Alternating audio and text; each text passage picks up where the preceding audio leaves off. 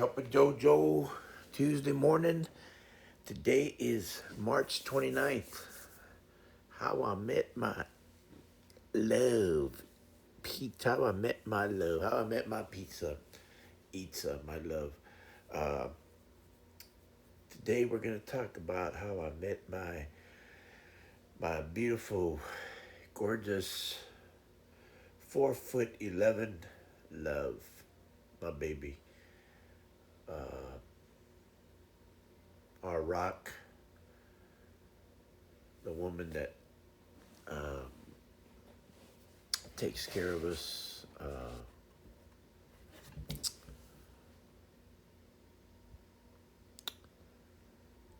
I don't know. There's not enough time in the world to. There's just not enough time in this world to tell you how I feel about this woman. Anyway, I had. I was asked to let you know about this. Had a friend of ours wanted to know how I met Itza, and first of all, hope you have your cup of JoJo, whatever beverage you like. I have my cup of JoJo. It's of course my first cup. Monday, Tuesdays, Thursdays, and Fridays. I will have it while I'm talking whatever we talk about. But how I met my love. Well, man, I was in 2003. I had come over here in 2003. It was a fascinating story. I think. I mean, we all have our stories of how we meet our loved ones. Uh,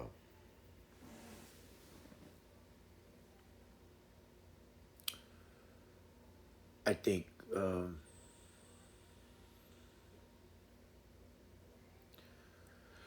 then I'm gonna wait a little bit to see if Red comes on because she wants to know.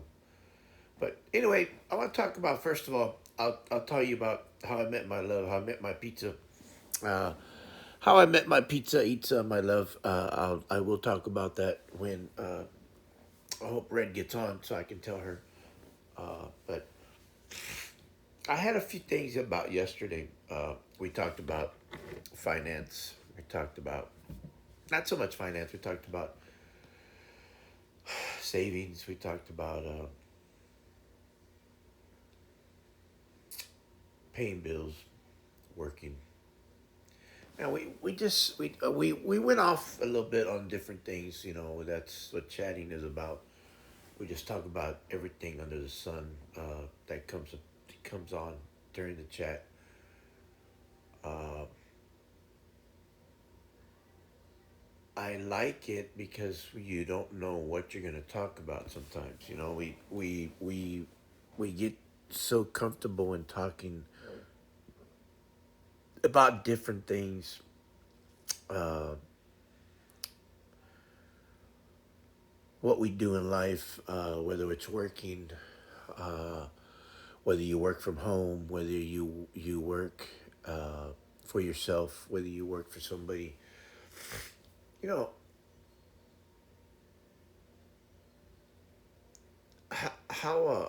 what type of work did you do in the past? If you have a past history of working, did you go from one work of the same type of work like me? I did a lot of different jobs when I was in the military. When I'm out of the military, and before that, when I was younger, I worked at like I was saying yesterday.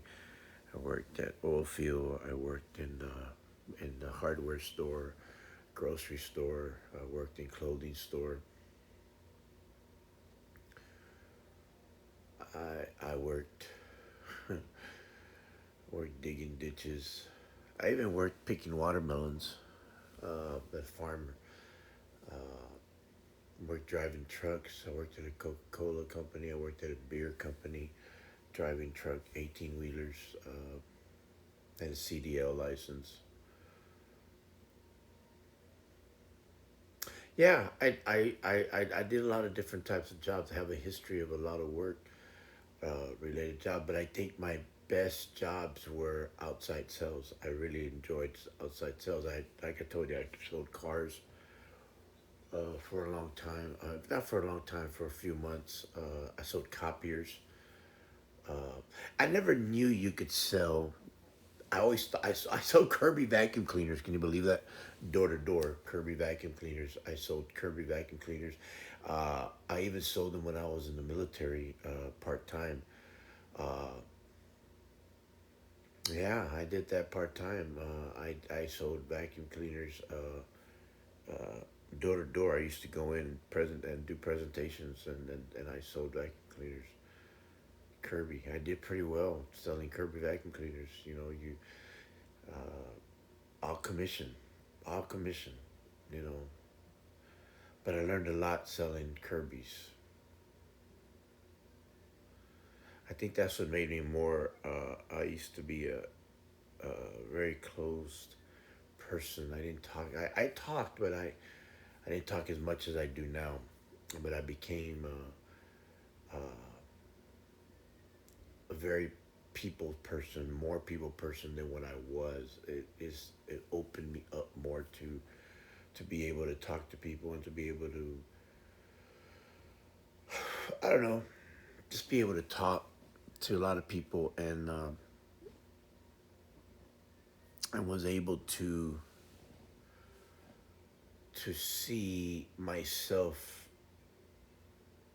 as who I wanted to do and wanted to be. But I also wanted to go into the military. I always wanted to be a military guy. My brother was in the military, so my oldest brother, he was 17 years older than me, so I wanted to follow in his footsteps. He wasn't in the military voluntarily. He got drafted, so it was one of those things that he had no choice. Uh, so yeah, working was not the easiest thing for me. I mean, I worked in different things. You know, I did a lot of good stuff. I did a lot of uh, crazy stuff. I bartended when I was in the military. I did that. I sold videos, VHS video, movies. I did that in Germany when I was stationed in Germany. I worked in a video store.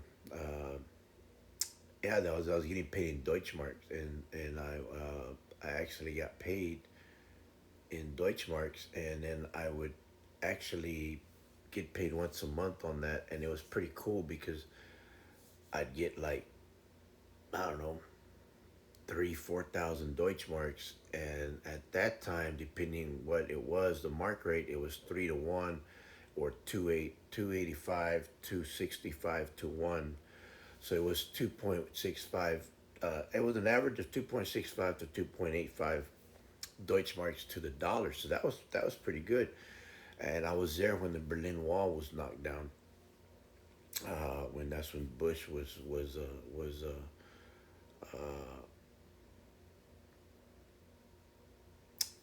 right before Desert Storm hit, and they knocked down the wall, and then Desert Shield was up, and then Desert Storm came in. But anyway, that's the mark rate went down to like, from 265, 285, and then went down to 23, 230, then 265, 225, and then it went down to like 120, 130, 140. So the mark rate really hit bottom. But you know, that's the way it goes. I mean, you know, but we had a good time. I mean, I had a great time doing that. The mark rate was, the Deutschmark was was pretty good. I took 16 weeks of German. I spoke German for a while, but I didn't. I practiced it back then.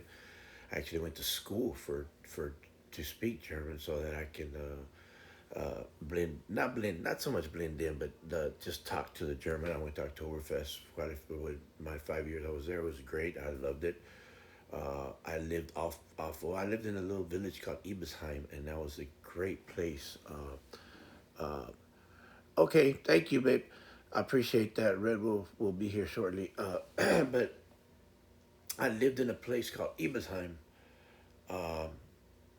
and it was a big building, and my landlord was lived in the bottom, and I lived next door, but I lived upstairs, and they were so nice to me, and but it was a 2 bedroom. No, it was like it could be a 3 bedroom, but one of them was like a glass. It was so you could put flowers and plants and all that. But I just made it to a bedroom. It was a real nice bedroom. It was a real nice place to just make it to a bedroom so you can go in there. But it's so cool because man, they had shutters where you can just shut them down you shut them down and you ring it and it had a little crank and you just shut them down and it was so man, that place just got dark. It was like you were in the dark. The whole room just got dark. So you had a bedroom with a half bath, and then you had a bedroom with a full uh, uh, uh, uh, bathroom and shower. And it was crazy because it was a bathtub, and then the shower was on the. It was the bathtub, and then the shower was right there in the bathtub. But then you had to put the curtain around it. I don't know. It was weird, but you got used to it. And you had the phone. You had to have a phone, uh, but it was expensive. It was expensive to call back to the states. But it was cool. Hey, good morning, Red. How are you? I was just talking about how I lived in Germany and how I talked a little bit about yesterday and how the job. But anyway, today, good morning. I'm glad Red is here because she's the one. I call her Red because she's a redhead, but she's a great friend of ours, and uh, she wanted to know how I met my pizza. How I met my pizza, which Itza, my love. Uh, well, she threw a rock at me. No, I'm just joking. I'm kidding. I'm kidding. I'm kidding. She. It was. I had come down. I lived here, and I came down, and I wanted to go to school, so.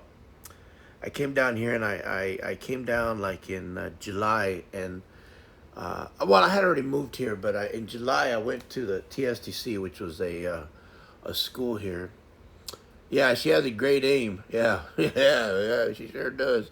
Anyway, uh, she knocked me out, dragged me to her cave, and the next thing I remember, I had a ring on my finger and a ball and chain on my leg, and I haven't been able to leave. So help. I'm just kidding, people. It's just it's been really send help. Anyway, uh, I went to the school and I wanted to learn. Uh, the story why I went. I got to tell you the whole thing. The reason I came over here is because I had been working for a company that had been selling. I had sold. I was selling uniforms, right? I was selling uniforms. I was a salesman, and then I became a catalog manager, which I sold out of a catalog, but I still sold so many. I sold boots. I sold uh, t-shirts. I sold embroidery. I sold silk screen. I learned how to do that. So I went to the plant where they manufactured all this stuff, and I was a type of salesman that I went up to the people that did this. A lot of salesmen would always like, "Oh, I don't talk to those people." I said, "Well, I do. I want to know what these people do." So I started learning how to do silkscreen and how they did digitizing on the embroidery and how they worked with uh, the the actual work with putting silkscreen on a shirt, how they did it on the computer, from the computer and went to a paper, to a plastic, and then from there they had to go to, but they had to be real fine, and the circles and the curves and everything went from Corel or from uh, uh, uh, from all the software that we had to wear. What I wanted to learn, how do you take it from the computer, from this image, and put it on that that that silk screen, and then put it on the shirt. Well, I found out that TSTC, which was a college here, could teach you that. And so I went to the VA and I said, I want to use my VA school, and I want to go to school. And they said, okay, well, let's see what we can do for you. Well, come to find out, since I had broke my back, and I had many injuries. I did not know a lot about the VA, but I found out that I was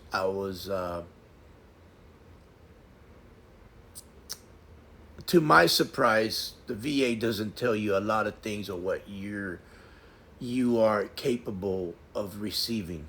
And I had another veteran tell me, hey, dude, you have so many things that you can get from the VA, that you can get stuff, and you can also get paid to go to school. And I was like, oh, really? I just want to go to school. I want, if I can, they can pay at least half of it, I would be great. No, dude, they're going to take care of you.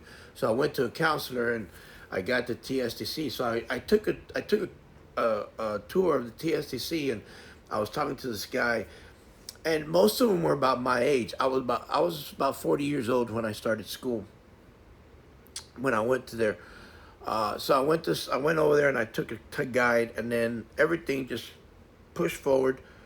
I loved it. I enjoyed it, and I called everybody by their name. Gart, Gaither, the other guy was Jimmy. All the guys that were teaching, I would call them by their first names.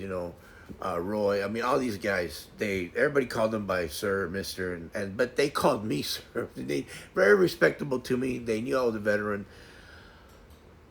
Uh, but I hung around by myself. So the first day of school, I didn't know what to do. Right? I was like a lost puppy, lost young. I wasn't young, but I was like a lost guy that didn't know what to do. So as I walk into the building, you got to picture this. The building is it's the DIT building. That's what they called it at that time, the Digital Image Technology building. You walk into the building. You had your other buildings, which was the W building. This was, I think, the S building, and the W building was all where I had to take my English, my math, and all that other stuff. And you had other buildings, but those were the main two buildings that I had to take all my other stuff. And then you had your electives and all that other good stuff that you had to take. Well, as I walk in, I see all these people, and I'm going, "What am I doing, man? I don't know. I don't know where to go. I don't know. All I know, and I'm looking at a piece of paper, and all I know is this, that I got to go to a room, and I don't know where to go, and I'm lost, and I'm like, so I look up, and I see this girl standing by a doorway, by a door, not in front of it, but beside it. I kind of just look at her and just kind of smile at her, and I just kind of like, I don't know, and then me being me, I approach everybody. I just kind of go, and it was weird. There was a lot of people there, but I just got eye contact with her, and at that time I was working. I was actually working two part-time jobs. I was working at the newspaper here in Harlingen, which is the Valley Morning Star, but I was working for the Spanish section selling advertising, and I was working for a copier place selling copiers, and I was doing both of those jobs, and I was doing both because I didn't have any. I didn't have any. I just had my retirement income coming in, but I didn't have any VA disability coming in because I was still fighting the disability for my back and everything. The VA had not given me anything yet. I wasn't even, I think I was like at 10%. And I had my counselor at that time that I talked to the VA to go to school told me I should be more percentage. So he started fighting it even more. Anyway, that's another story. But that's why I was working those two jobs. So I was kind of like quiet, didn't want to talk to nobody. But when I saw Itza, and I didn't know who she was, she kind of was like just with her book, on her arms like this. I kind of looked at her and I said, "Can I ask you a question?" She goes, "Yeah." I said, "Do you know where this room is?"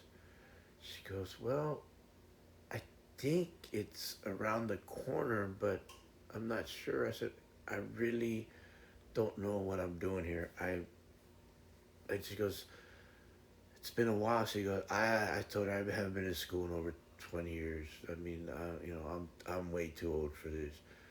She goes, "Really?" I said, "Yeah, I don't know what I'm doing. I really don't."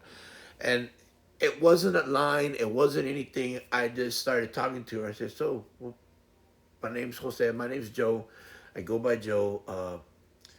What's your name?" And she told me, "Well, my name is Itza." And I said, "Wow, that's a unique name. It's a very pretty name. I've never heard of that name. It's very pretty." And then she told me that her mom named her Itza, and that she really liked it because she had, she had heard it from another a lady, but that she spelled it a different way, with a Z and all that good stuff. I said, "Well, yeah, wow, that's it, your mom." And then we started talking about moms.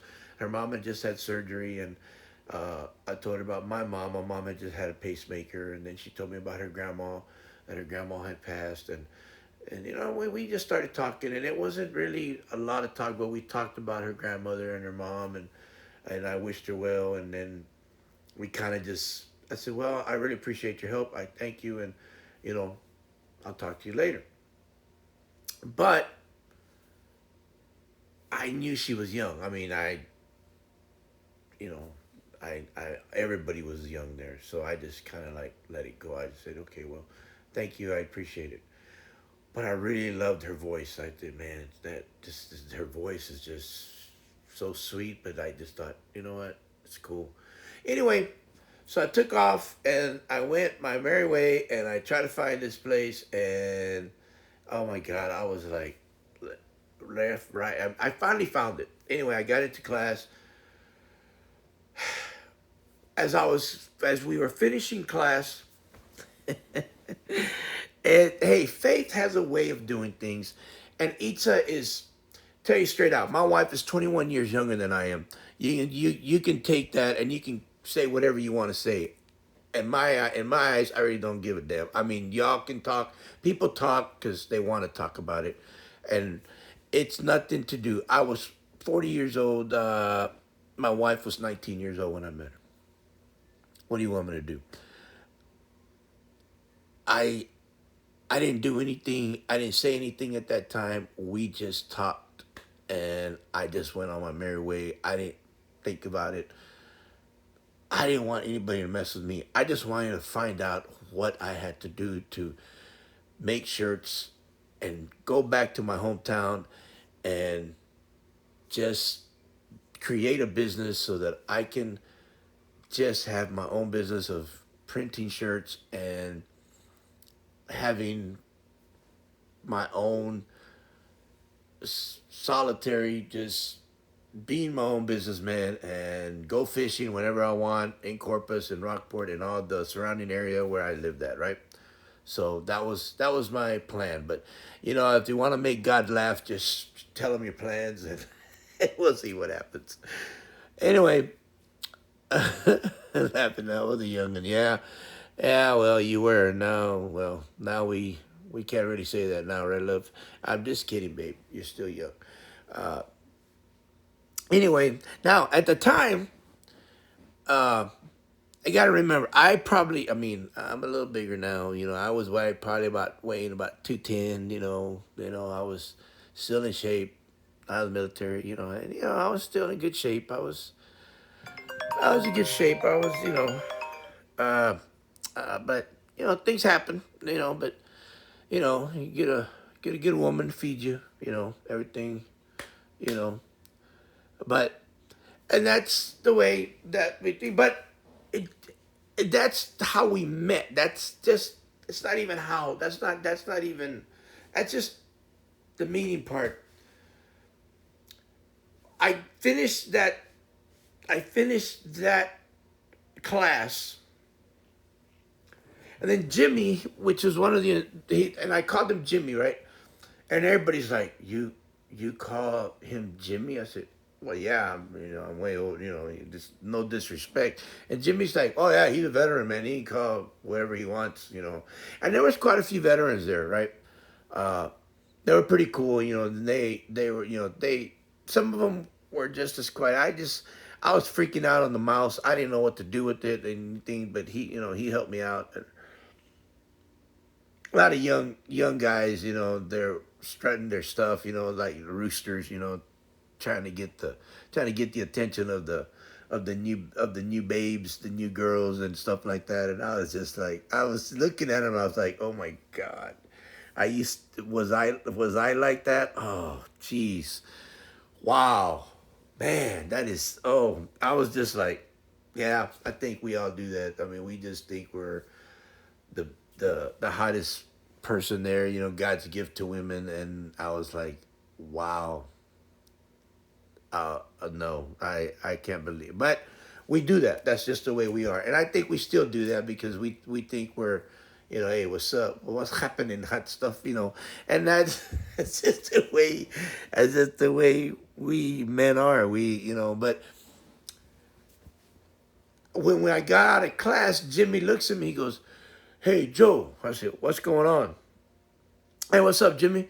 So Jimmy looks at me, and he goes, "Do you have an extra book?" And I don't know what book it was. Anyway, I said, "But this girl here doesn't have the book." And I look over, and guess who it is? Yep, it's Pizza that doesn't have a book for that class. And she looks at me, she goes, "Hey, hi," a real soft spoken voice. And I'm just like, man, I'm trying not to melt because I'm like, God, this girl, man. And I'm going, yeah, yeah, I got a book for her. Yeah, she can use it. She goes, y'all have it in different. Y'all have different time classes. You have it in the morning. She has it in the afternoon. So what do you think? I said, yeah, sure. Here you go. So I loaned her the book, and I'm thinking, wow, that's crazy. I just met her. I said, well, I said, here you go. I said, don't worry about it. I said, I'll get it from you later. And I take off. I mean, these classes were like 3 hours long, and it's already almost lunchtime. So then she's taking the class, and I take off, uh, and I go to the cafeteria, and I buy something to eat. I'm sitting down by myself, and uh, she comes around the corner, and I'm just sitting there, and she says, "Mind if I sit there?" She's bringing food from home. She always brought food from home, and I thought that was pretty cool. I said, "You bring your own lunch?" She goes, "Yeah, I bring my own lunch." I said, "That's cool." And she loves cheese. That woman can eat cheese. Oh my God! But she brings her own lunch, and I go, "That's pretty cool." And I just ate whatever they had there, and we talked for a little bit, and then some of the people that were there gathered around there, and we talked, and I didn't really say much. I just got up and kind of walked away, and I just didn't want to hang out with anybody. I just was one of those guys that, hey, y'all have a good one. It was nice meeting y'all, and I walked away. So that was the first day of class. By the way, I never got the book back. To this day, I don't know where that book went. I don't know. I think it was a trap that she kept the book so that she can keep talking to me. I don't know. It's like the ball and chain. She never took it off. So you know the deal. But uh, I went to go buy another book. It was okay. It was all good. I mean, I knew she needed it. But from that day on, we would talk to each other on a daily basis, and we would just talk. And hey, what's going on? Hey, what's happening? And little by little, she would ask me, hey, so what were you in? I told her that I was in the military, and I told her I was retired, and I was fighting. And she told me about her dad and her mom, and told me that they were about her brother and sister, and how her uncles were in the military, and all this other stuff. And she knew some stuff. And then she had gone to school. She wanted to be in forensics and stuff like that, but she decided to come back home. She wanted to take care of her mom, that because they didn't want to move back to San Antonio, and that's where she graduated from, and she was born and raised there. And I said that was cool. I told her where I was born and raised, and told her about my my my my little girl, and I told her about how she is, and then all the other good, all that stuff, all my family. And she said, "Well, you're far away from home." I said, "Yeah, I don't mind." I said, I've always been far away from home," and uh, it just started off like that. This was in 2003 of August. So we had one semester, and I had 16 hours. I always had a full. I had to have a full schedule, or the military wouldn't pay me. But I was working those two part-time jobs, and I worked those two part-time jobs uh, until I settled in. But I was still getting my retirement pay, and I didn't know I was going to get paid from the military, from the VA, to go to school. Well, the thing was that I had to go to school through the whole, all year long. There wasn't any stopping for summer. I had to go, what was it, the fall semester, then you got spring semester, then you got summer semester. So I had to go year round.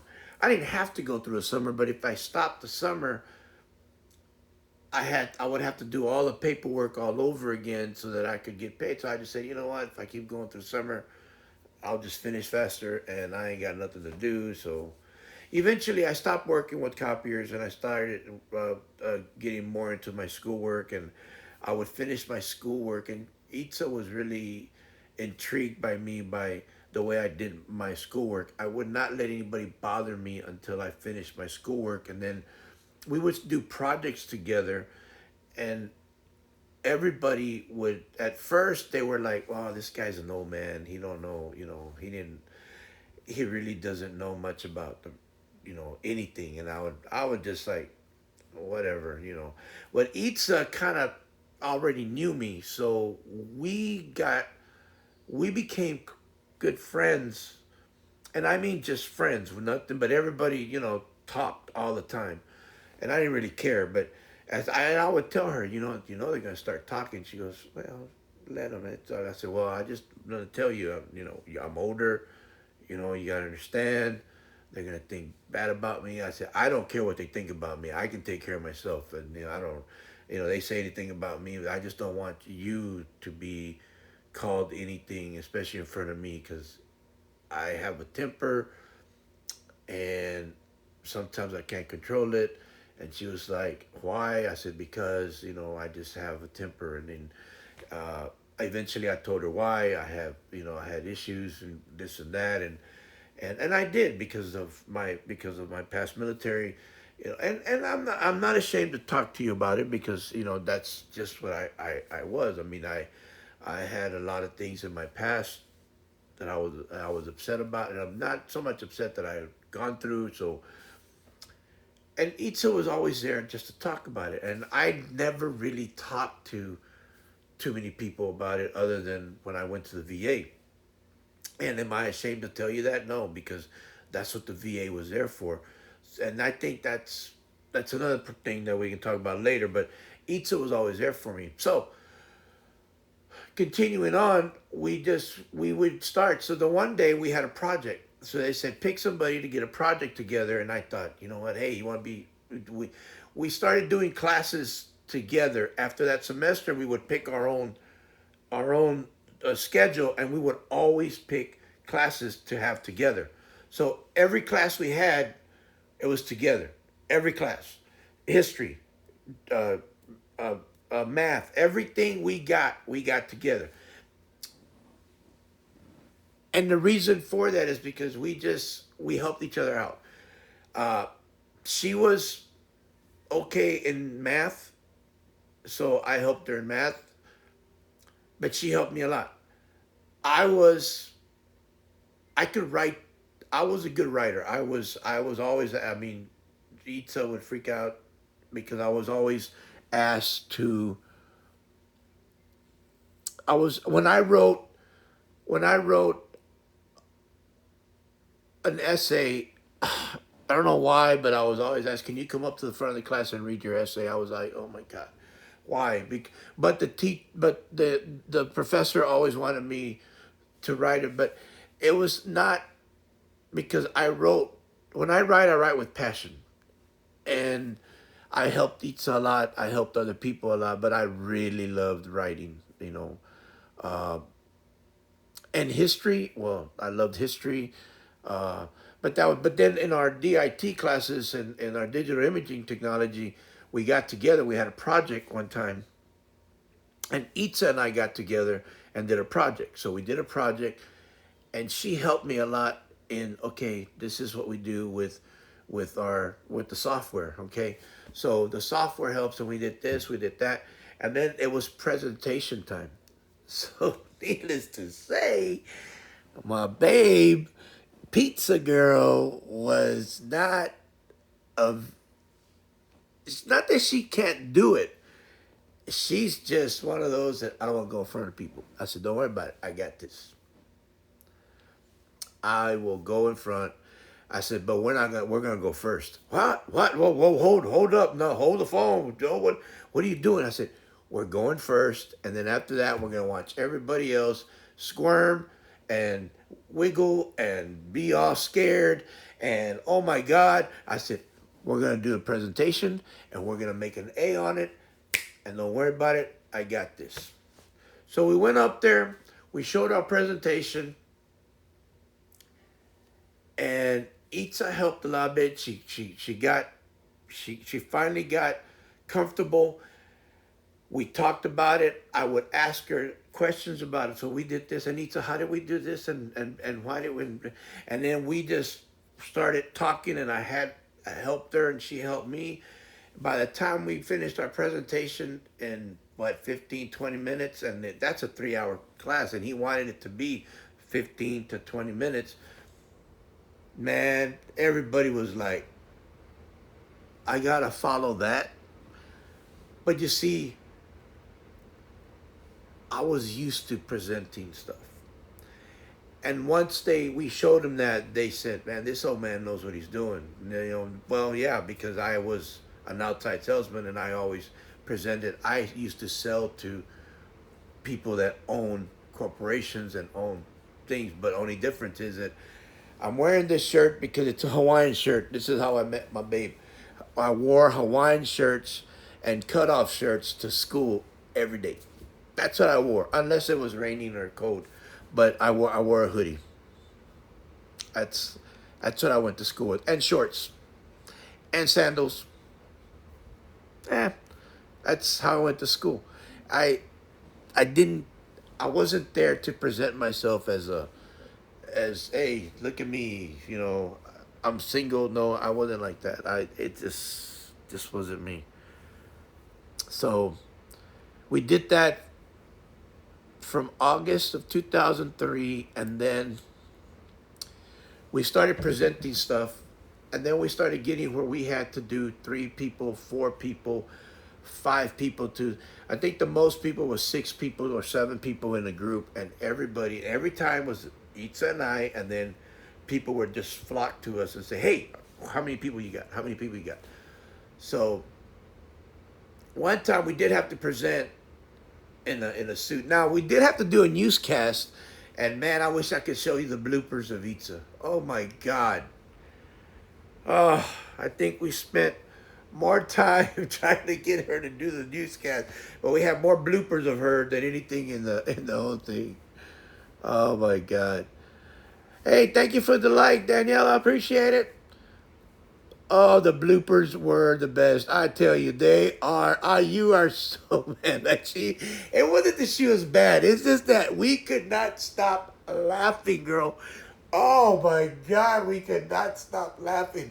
And then we had to do a scary situation. You remember that night, babe, where we had to go out and do that scary part. Oh, oh, presenting. I tell you, Red, presenting. Yeah, I'm a little bit nervous when I start off. Don't get me wrong. I think everybody has to be. If you're not nervous, then you're not human. You have to be a little bit. It's the it's the butterflies. You got that. Okay. But once I start, it's like boom, boom, boom. You know, Itza doesn't like it. We had a history. No, we had an art. What was it? Art appreciation class.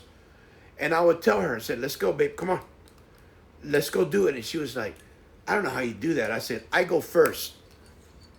Uh, I go first every time because then I sit down and see 29 other people or 40 other people in front of me that went behind me, and I just sit back and I'm like, should have gone first. Now you don't have to worry about it. So then I have a whole month or the whole semester to watch people be all nervous, and I'm getting there to going, how do you do it, Joe? I said, I just go up there and talk, man. You don't worry about it. It's okay.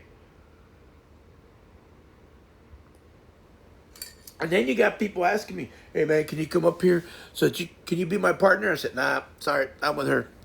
Oh man, I said, hey dude, that's the way it goes, man. I said, it's me and her. Now if there's other 3 or 4 people and Itza's the one that picks them, I said, who are you comfortable with? Well, I like her and I like him, or I like her and her. Okay, well, whoever you're comfortable with. So, you know, my peach envelopment comes out and it's all down. All red, you know. But I have a good time though. I mean, but that's me though. That's my personality. I think I'm blessed with that, and I don't mind. I think that's why I've always wanted to have my own. I guess I don't know. You can call it my own chat, my own talk show, my own uh, podcast because I love to talk. Uh, but I like to talk straight. Am I perfect? No, I got some things in my in my past that I don't like to talk about. I mean, but that's just the way it is. Have you ever seen the movie Life of the Party? I said Eclipse, but there they seen that she has to present. That's me. I just my babe is it's hard for her, but I would kind of coach her into what she had to do, and I think she does good once she starts. uh she does well. She does pretty well. um and I and don't get me wrong, there's people that cannot do that, and i have I have tried to help people, and I love to help people that have a hard time doing presentations. And I do not like people laughing at people that have a hard time doing that because that's not right. Because there's things that I can't do, and there's things that people can do that I can't. And I love the people that tell me, "Hey, don't feel bad because not everybody can do this," and it makes me feel better when people do that to me. Oh yeah, Christian has no problem presenting. He's great at it. He goes up there, does what he has to do, and there you go. But I know he gets that from me. So and I'm glad. But he also has a lot of Itza's ways. He's very kind. He's very. I'm not that I'm not kind. I'm just he's very calm and very But he is a little smart aleck though. He's just like his mom.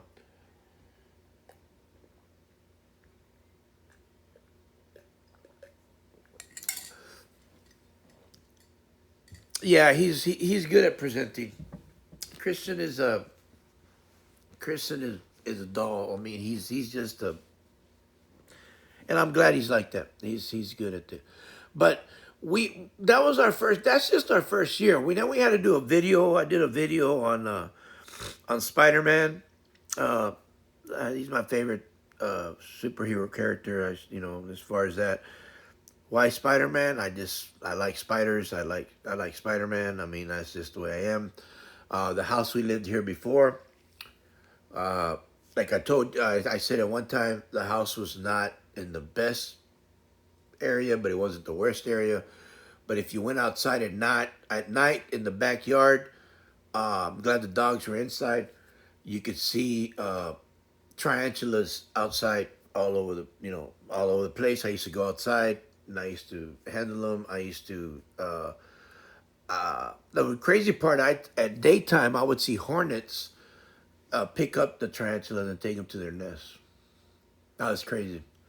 But you'd see the Mexican tarantulas and the regular tarantulas, and if you mess with them, they would come out and they the little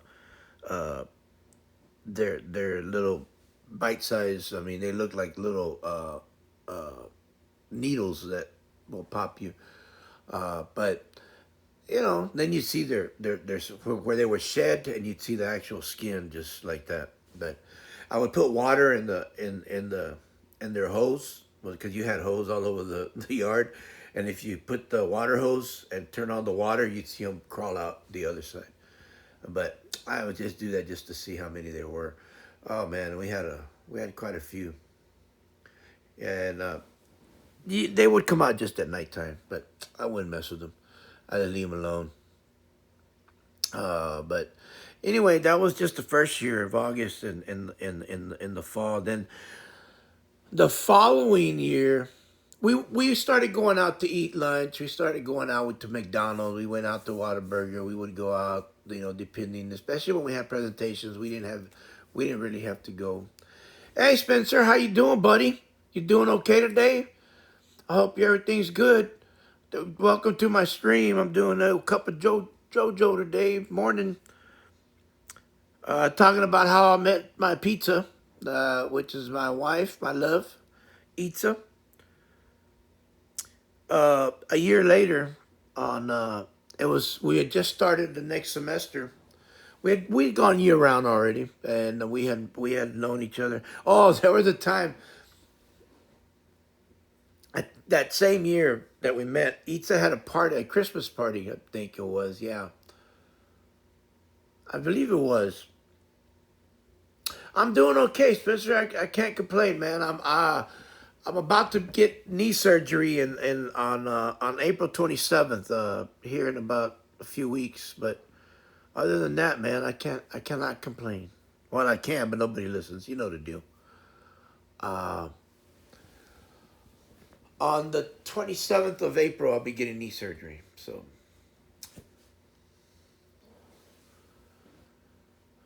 congrats, oh my God, Papa Jojo for 59 days.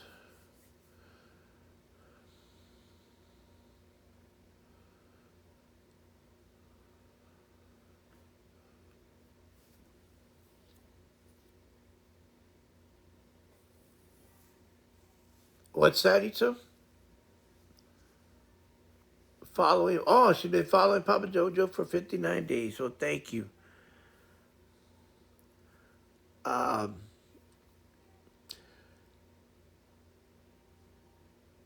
what? Oh wow, man! 59 days. Wow, that's how long, man. Already gonna be 2 months. Man, she's been telling me one-liners for 59 days. Wow, man, that's a lot of days there, Red.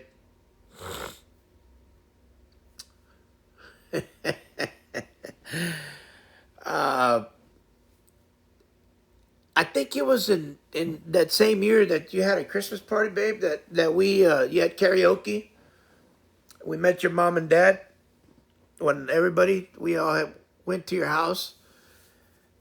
I love country western music, and what a lot of people don't know is I used to I wore a Stetson hat. In fact, my mother-in-law now gave me a Stetson hat that she's had a long time. I lost my Stetson hat through my divorce. I don't know what happened to it. Anyway, but mom gave me one, and it's an expensive one. I know because I've owned them. Wore boots, Wranglers. Back in the day, uh, I had a 32 waist, but haven't seen that 32 waist in years. But anyway, that's beside the point. Too many pancakes now that I've eaten. But anyway, uh, I love country western. I love George Strait. George Strait was born May 18th, 11 years uh, in 1952. I was born in 1963. Same birthday. I met him on stage. Anyway, uh, I sang a George Strait song, and I was just messing around. I just sang George Strait song, and Itza tells me later that her dad really liked the way I sang, and it's hard to impress her dad. And I, her dad was just, I just knew him just like that, and I had a fun time. But we all sang, we had a good time, and uh, oh, I used to be into horses, so I understand. Okay, so you know what I'm talking about. I mean, most people that are in the country, uh, Wranglers are like the number one uh, jeans. Not that you can't wear anything else, but you wear your Wranglers and you wear your ropers, or and then you wear your. I wore a Stetson hat, the black felt, you know, I now wore contacts at the time too, so I always wore contacts. The only thing is that with me back then, I have astigmatism, so they were very expensive. Yeah, we had a farm as a kid, and we had been to a few weddings where Wranglers were the fancy jeans to wear. Yeah, exactly. I feel that for sure. Yeah, exactly. So you understand that. So even, and it's weird because even as a fisherman, it's hot, but you're out there fishing in Wranglers. So, don't ask me why. Now, as I got older, man, I'm fishing in my Hawaiian shirt or Hawaiian shorts. I mean, just the beach shorts, the surfer shorts or whatever. And it's you're looking at 115 degrees out here in South Texas. I mean, the water's like 90 degrees or 80. Well, not depending where you're going, and you're wade fishing and catching them flounder or them trout or the reds and sheephead, or and we even catch shark. I mean, keens, tarpon, mahi mahi, snapper, whatever you're out there. If you go deep, if you go in the Gulf, deep sea fishing, you know. So depending what you're wearing, so you know what I'm talking about, Spencer. I mean, you got to go out there and do some good fishing now, but you got to be comfortable. So. But I had a good time that night. I mean, I had a good time. And then the next spring, we had our spring. We had our summer session, and then our we get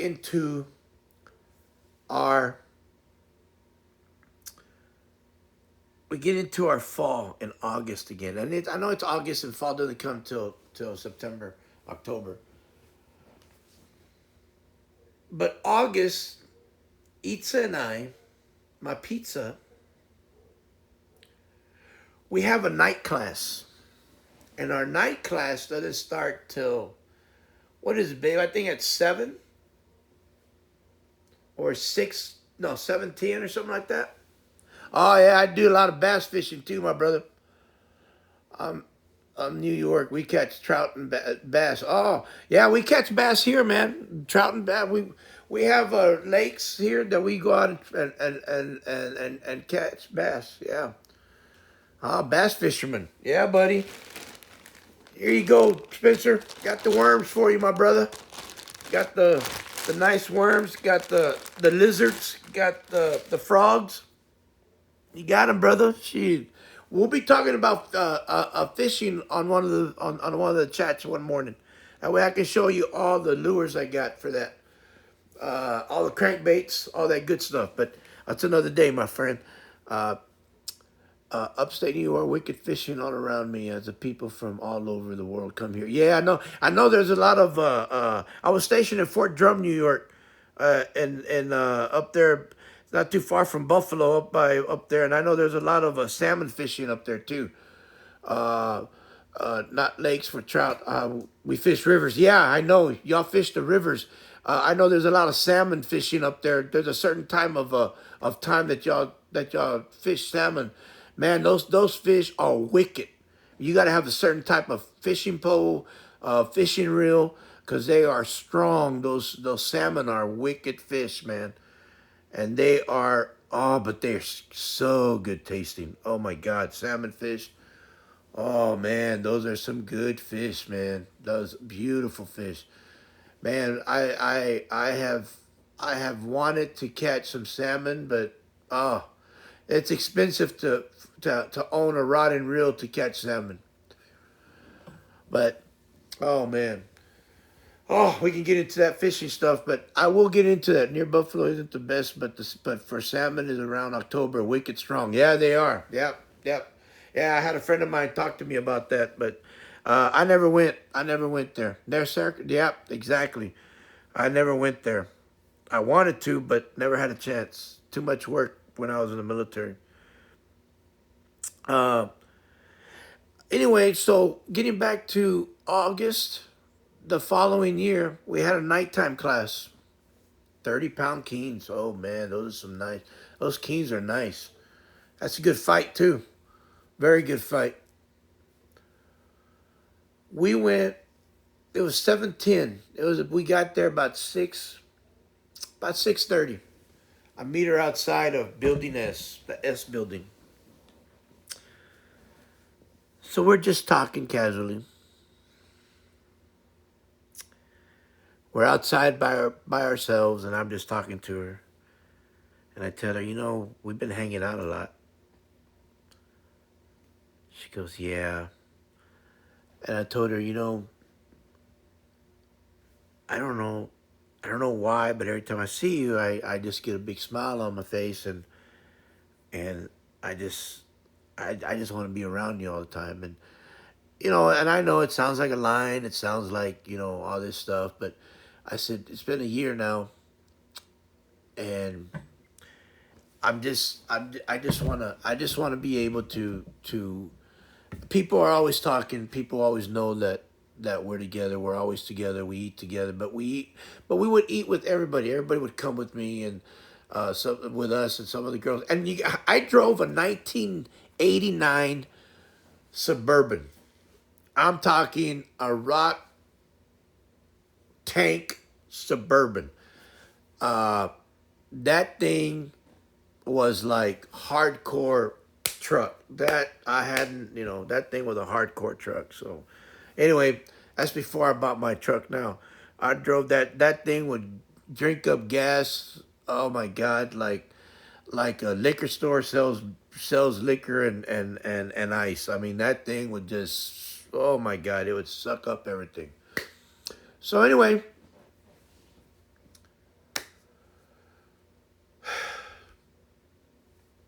we're outside talking and I'm talking to Itza, and I said, I don't have much to say. I said, you see the Suburban I drive. I said, uh, I'm not, I'm still fighting the VA. You know that. I said, I'm trying to get my back pay for it. I want to buy a new vehicle, and she has an older car too, and it's not about obviously it's not about what we own or what we have. I do live in a decent home. I mean, I don't own it. I'm renting it. It's Tarantula City. It doesn't matter. I have two big dogs and a small dog. Uh, so we're outside and we're just talking. And I said, I just look up. I just look at her and I say, I said, if you don't stop messing with me, I'm just gonna grab you and I am just gonna give you a kiss and we'll just go from there. And she looks at me and I said, but if you say one more word, that's what I'm gonna do. And she just goes, one more word, and I just kissed her and our romance started from there. And it was August 19th, 2004. I we started dating and everything is from there was history. We started dating and it wasn't a hush date, but but people were talking anyway, so we didn't really care. Well, I didn't really care, and she knew. I don't know. She said she felt protected with me, and and I just kind of went from there. My love uh, was very. Uh, uh, she was just a person that understood me, and yeah, I still had. I didn't have issues toward her. I mean, no, and I didn't do anything bad toward her. I wouldn't get mad. Uh, but I did get mad when people would be ugly to her. I didn't like it because people didn't understand that it just happened. It wasn't one of those things that I was looking for. Her dad was real upset, especially when she came out. Uh, she got pregnant because we weren't married yet, but things happened, uh, and I'm not ashamed of that. It's just one of those things. Um, when she came to me, she told me I'm pregnant, but I had told her that the military had tested me and they told me I could never have kids anymore because of everything I went through uh, with my back and my surgeries and all that stuff. That I probably would be sterile and I would probably not have kids. And when she came to me and told me I got something to say, I said, "What is wrong? What's going on?" She said, "I'm pregnant." And the one thing she told me is that you never questioned if it was yours. I said I had no reason to. I was just happy that I could have children again. So uh, that was something that I was very happy for. That she and I knew Itza. My pizza would never do anything like that, and I was so glad that happened. It might have not been the way people wanted it or people uh, planned. They planned to get married. They planned to have. That's the only thing that I heard for her is that we didn't have the biggest wedding for her. Uh, every little girl thinks of having the wedding white dress, all that good stuff. And I felt bad because maybe I took that away from her, but she tells me that everything was okay, and I still to this day sometimes feel bad about that because maybe I took something away from her. But she loves me unconditionally. I love her. She's the rock of this home. She fills it with joy every single day. So yeah, this story I hope I keep as I get older. I hope I remember it. Yeah, and I sometimes forget I'm older than her. That not that I don't remember. She keeps me young. My son keeps me young. Sometimes I feel that. Uh, sometimes I feel that I think marrying her or having her in my life and having Kristen, I forget that I'm 21 years older than her. And people don't believe that I'm 21 years older than her. Not because I say it, it's because they tell me that.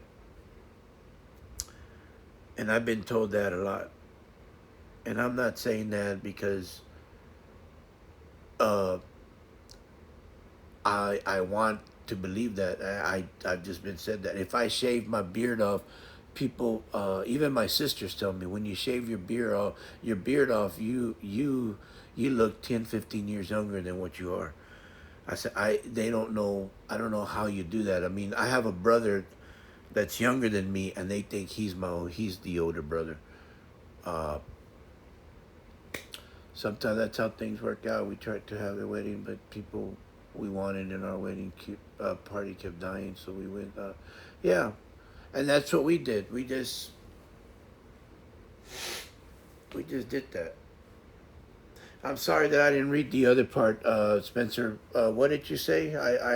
I'm sorry about that. My wife normally helps me out with that, but She's not in the room with me right now. She's in the other room. I do this out here because she stays up so late sometimes. Uh,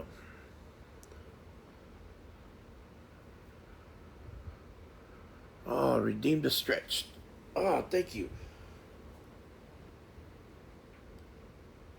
Oh man, that's that crackle pop.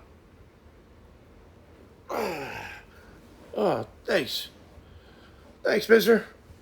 Appreciate that. Yeah, and sometimes we it doesn't work out the way we want it to. But you know what?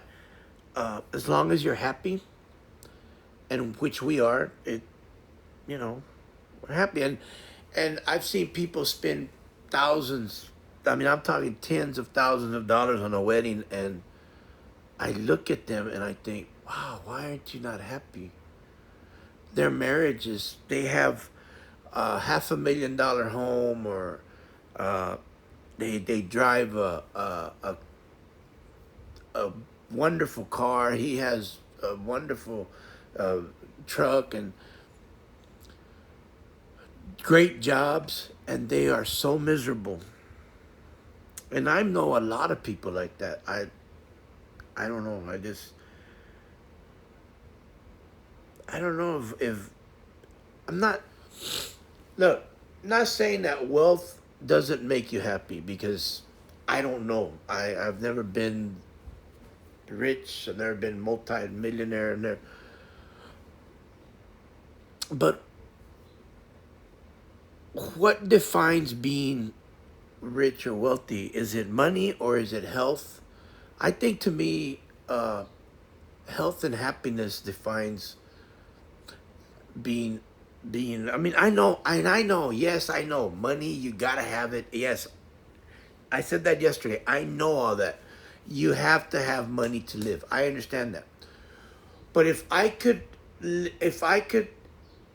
that's why I want a business. That's why I've always wanted a business, just so I can hand down and save money to my children, so that they can live every day not worrying about how I'm going to pay the light bill, the food, the electricity, and the rent, or the house that they own, and live comfortably.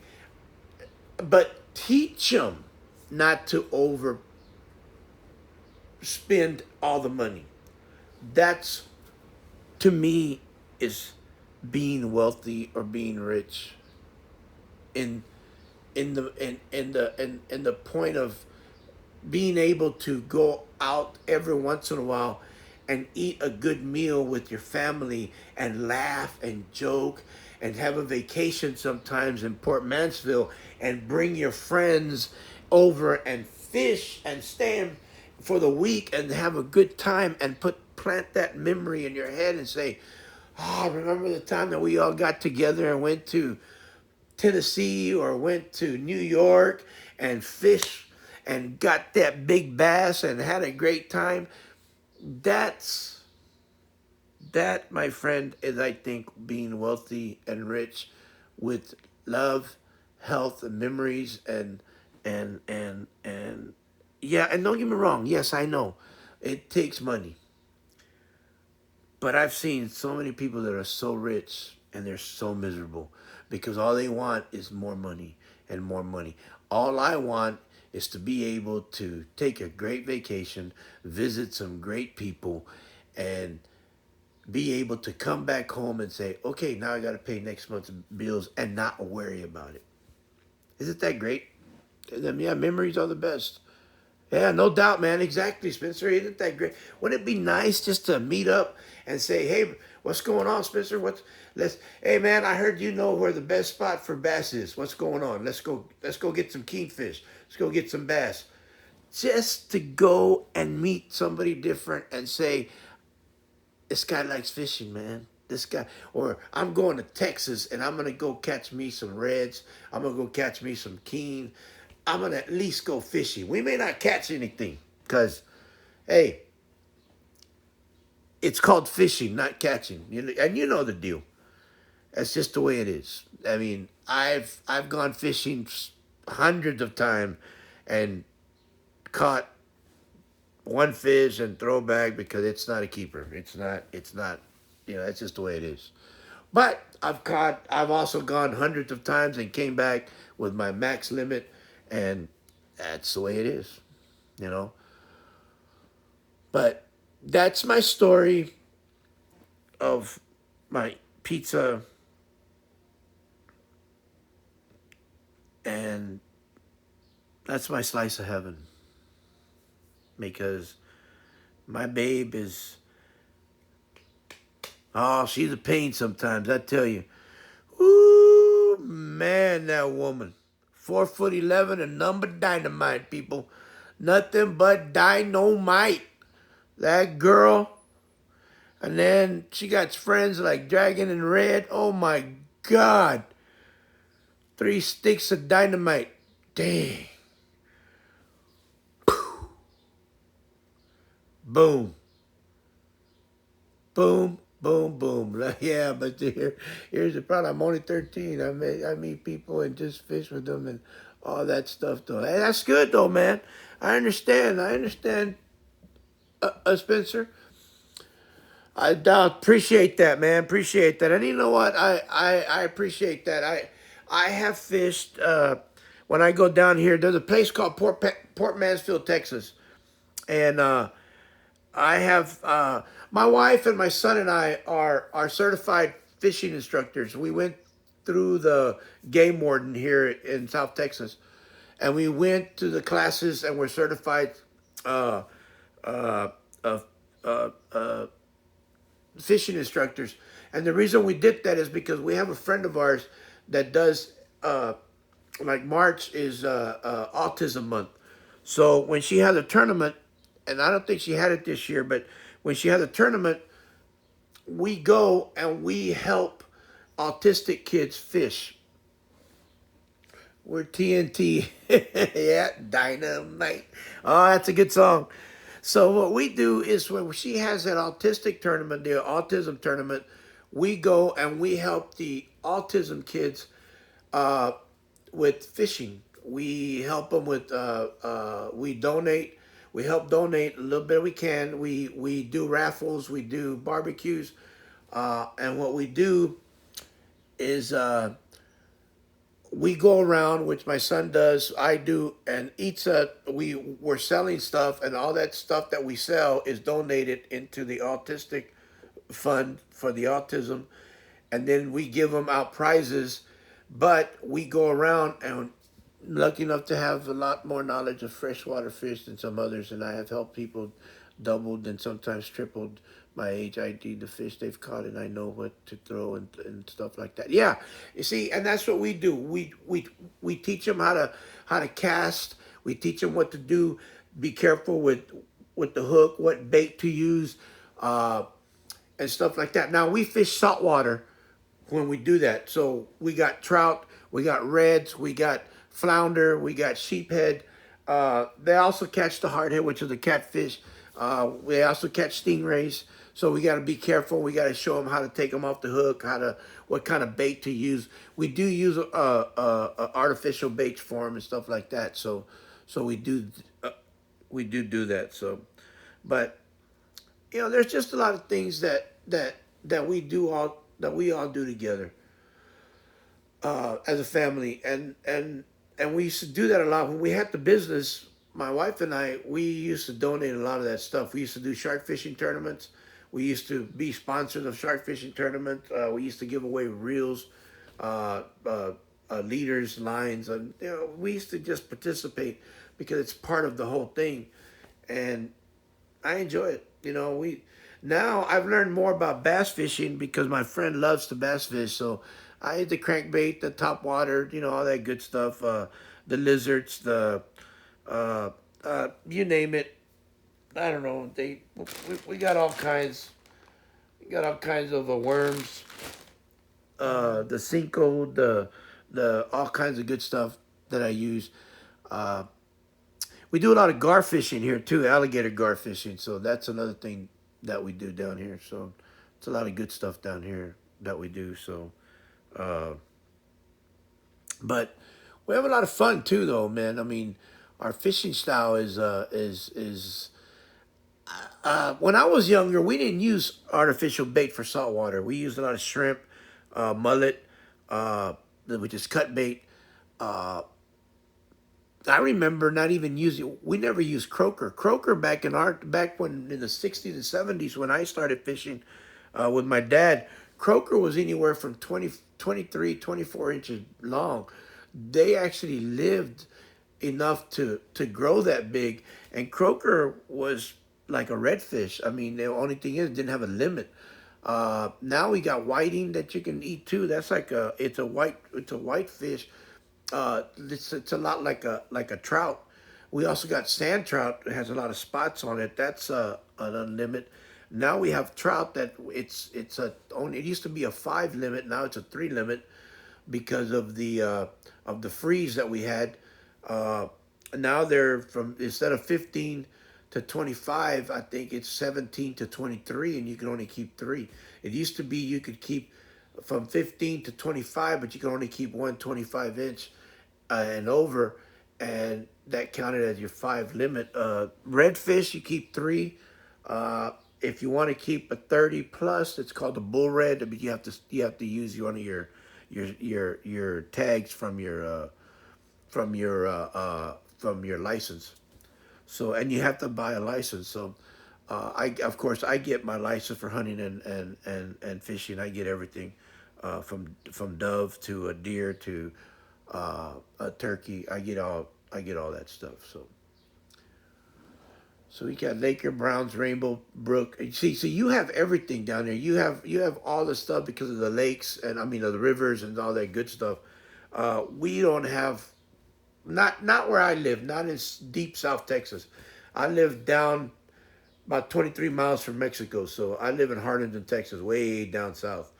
Uh, but we do have a lot of the alligator gar, which we catch a lot of those when we do have alligators too. So we have a lot of that stuff. So, but it makes it fun. I have a lot of fun fishing. I haven't gone fishing right now.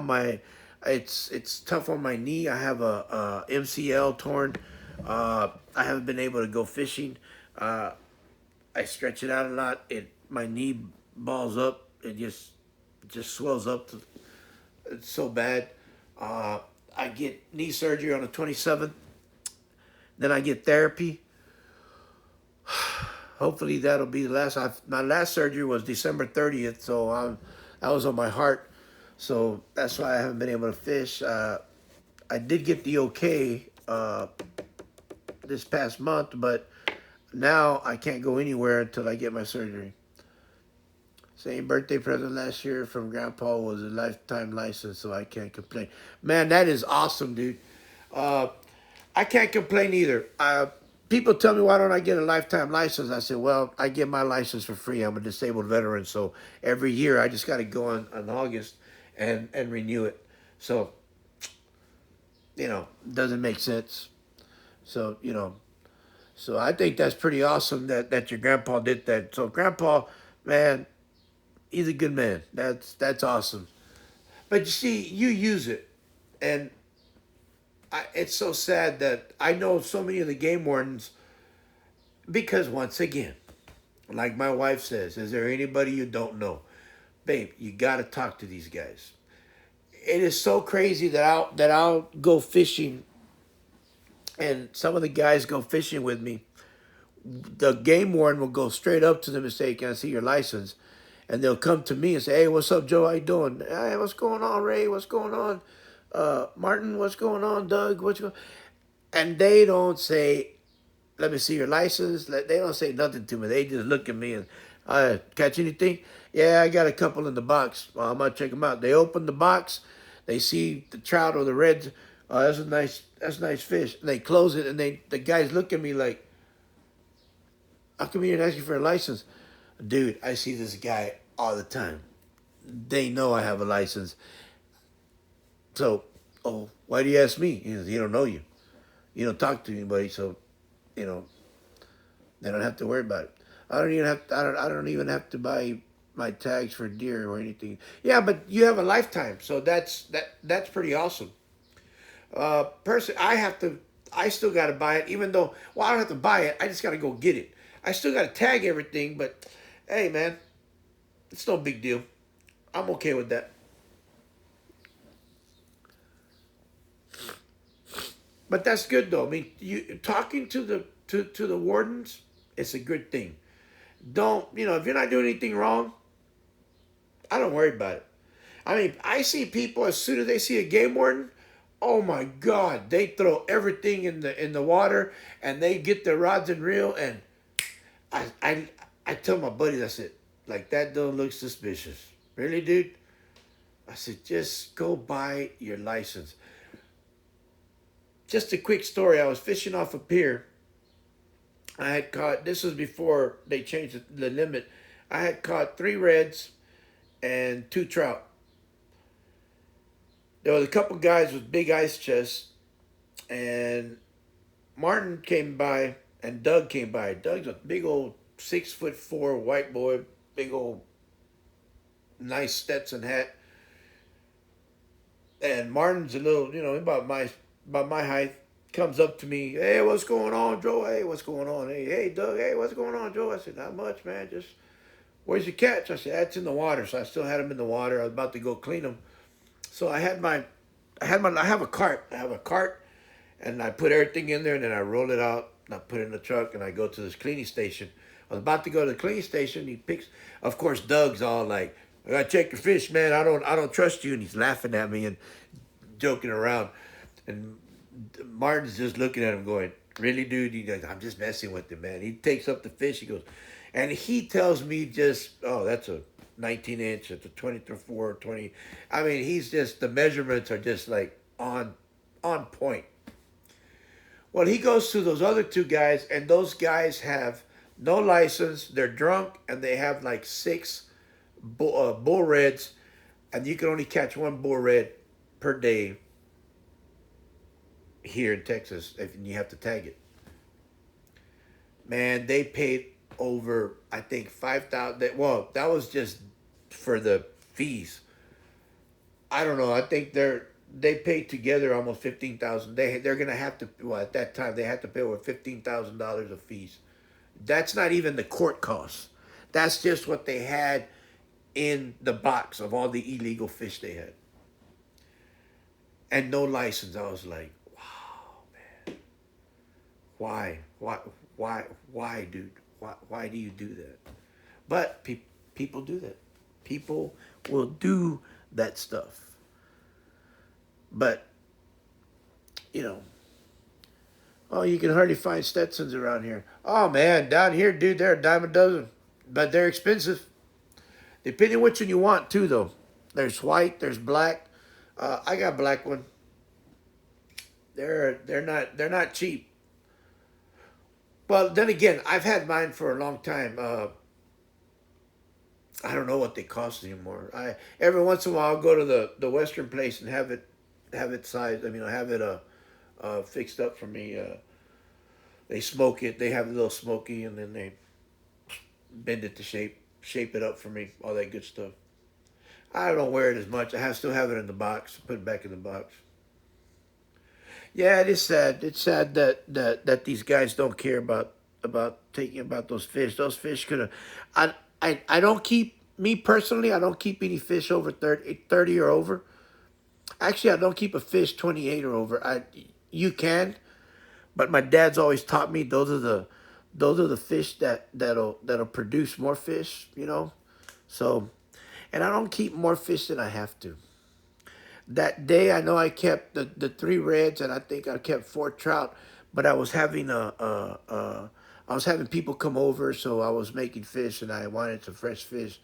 So we were having a get together with quite a few people, and they wanted me to fry some fish, and I was having ceviche, and my wife was gonna make that, and I was making fried fish, and I was making red on a half shell, and I was also making grilled fish for my wife that she loves. So I put a little onion on it, put a little Yeah, they're good breeders. Exactly. You don't want to. You don't want to. You want to let those go. Anything trout, anything over 23, 24 inches long, you want to let those go. Uh, you don't want to. You don't want to. You don't want to mess with those. You want to let those go. Every once in a while, that's the only thing. Yeah, but 9 times out of 10, I won't. I won't. I won't. I won't keep those. But anyway, that's a getting back to my pizza. That's the way my babe and I got together. I even got her to go fishing. You know, the one thing I gotta say about my babe is when I met her, I told her I love to hunt, I love to fish, and I didn't go out much. I don't go to the bars. Uh, I don't drink that much. I do drink off and on, but I don't drink as much. I don't drink. If I drink at the house. I had a couple buddies that I did hang out with. I do hang out with one of them still. One of them moved to San Antonio. His job took him over there. Uh, the few other guys that I do. Uh, One guy has his own house in Port Mansfield. He has a house there with a pier and everything. Uh, but I go over there and I stay with him, and then I fish off the pier every once in a while. But uh, you know, he's a real good friend, and him and I talk, and he loves for me to go over there because he knows I take care of him, and I take care of his house. Sometimes he leaves to Houston to go see his brother, and he'll call me and tell me to come take care of his house, and so we'll go over there, and I'll stay overnight and take care of his house on Saturday and Sunday. We'll come back Sunday, but I fish it, so I do everything. Opening day of trout season on the first of April last year, I caught some trophy. Man, brown trout 14.5 inches and 15 inches only. That day, you can only catch two over 12 inches. Man. But those are good sized trout, aren't they? They're fat boys, right? Man, that's some good sized trout. Those are some big boys, though. Man. Yeah, Itza likes fishing. I bought Itza her own custom made rod, and I bought Christian his own custom. It even has their name on it. Only thing is, I use them all the time. I know. Yeah, I bought Itza. I even put her favorite color line on hers, her pink braid. I put pink braid on it. Yeah, one was stock and the other wasn't. Okay, I got you. I got you. Yeah, Itza has her own fishing rod. Christian has his own fishing rod when they go. Uh, my son likes fishing. He really does like fishing, but he's kind of out of it right now. I mean, it's like me. I know when I was at my age, at his age, he's 16. He'll go with me, but yeah, most of the time he's like, eh. But I understand. My wife. But now when we go to Port Mansfield and stay there the week, we'll fish a lot. But most of the time, I go on my own. Put all the fishing rods in the back of the truck. I have a fishing where you don't fly off, and boom, I'm gone. Man, I miss fishing, but got to do what I got to do. I just want this surgery to go well, go to therapy, and then I'll do that.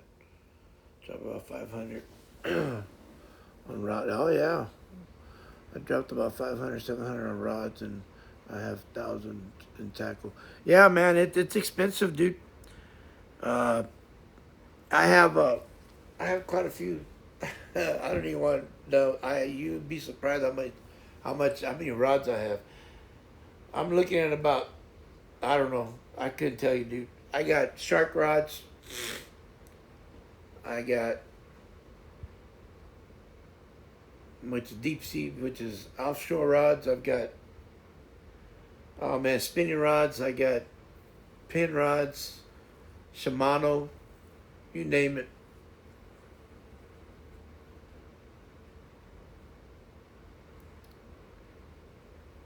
Yeah, my babe and I have gone through thick and thin.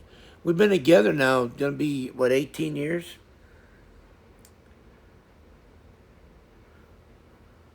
It's a long time, but it's gone so fast.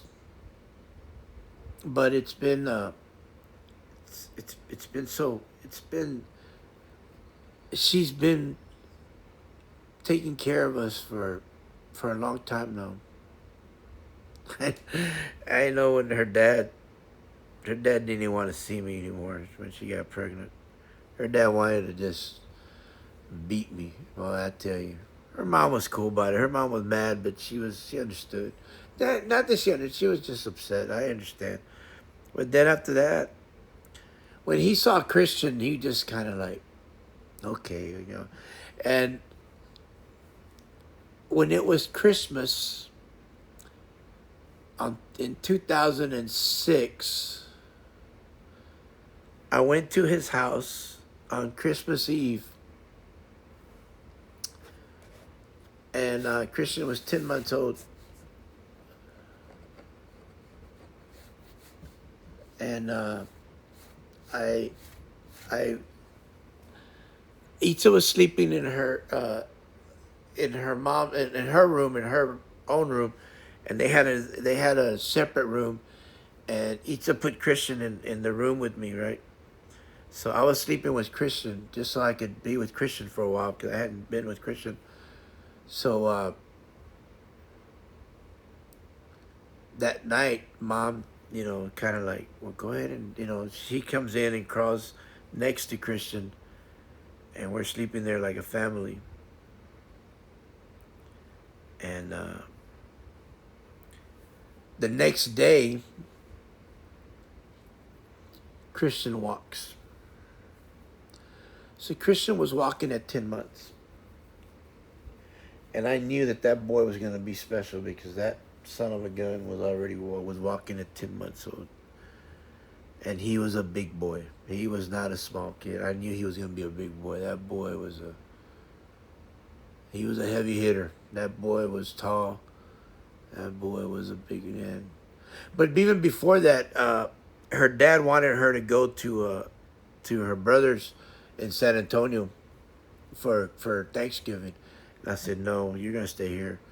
I said, I'm sorry, but no. So she made a decision and she stayed, and we had our first we had our first Thanksgiving, and I cooked Thanksgiving. I cooked Thanksgiving that. Yeah, exactly. It was a special moment, Red. Christian, yeah, it was our. But before then, we she stayed, and it was tough because her dad and I didn't really see eye to eye. We really didn't see eye to eye. It was hard because it was, oh man, I wanted to be, but I understood, but I didn't, but I did, because he thought, it was just hard, and I understood. But the reason he thought I was just gonna walk away from everything. He thought I was gonna be one of those guys that was gonna leave Itza and leave her behind and not help out.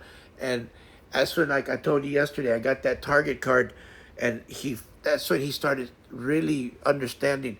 Joe's not a bad person, and mom even told him, he got that Target card for Itza because he wanted to. I was watching my stepdad's rod while I did something, heard the rod buzzing, just set the hook, and when I did, trying that line, I could not move the fish. Dude, it's a sturgeon or shark.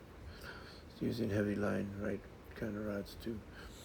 Uh, but Itza's dad was thinking that I was just gonna leave him.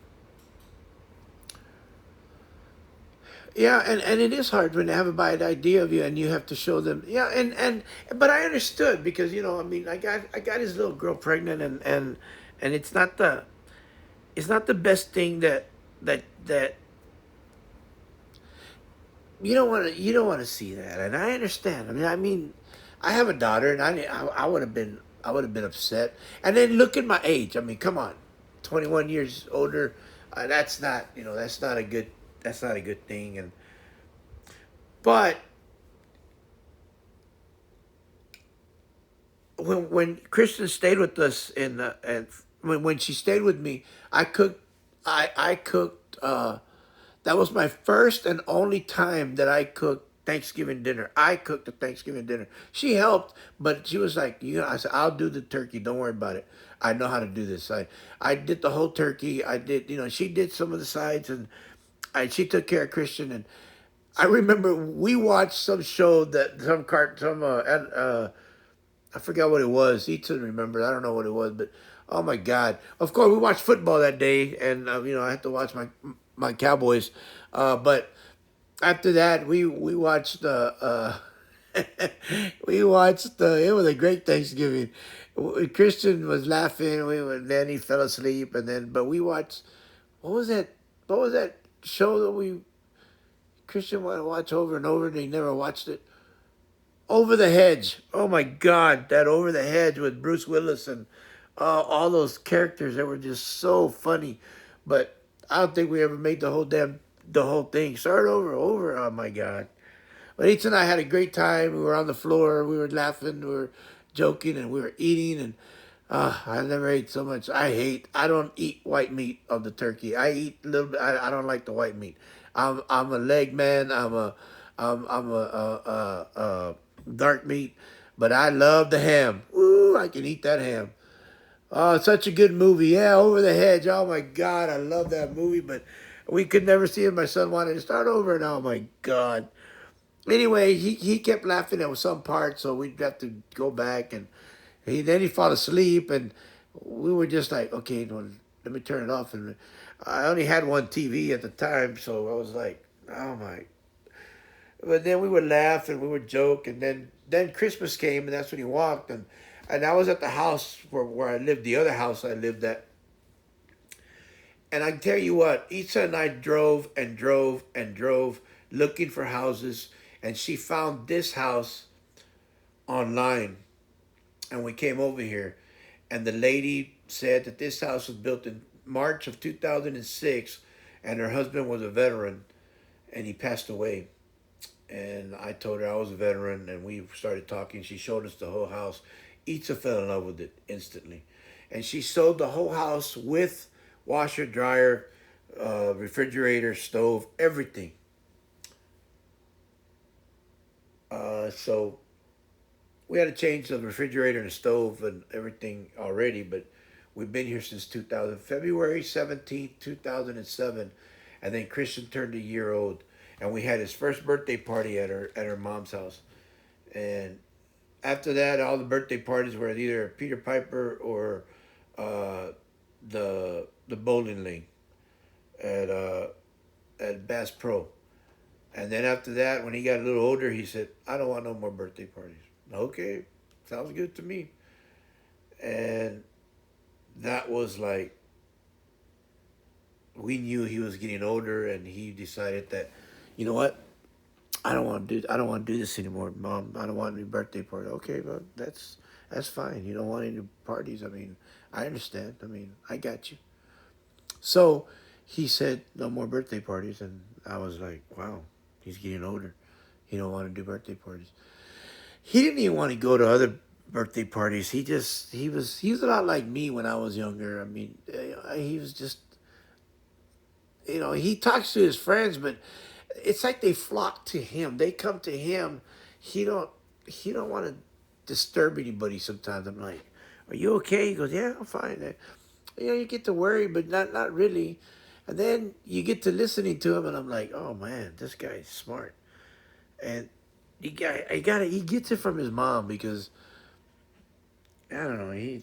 I'm glad he's not afraid to talk to people. You know, presentations, but that smartness he has to come from me too.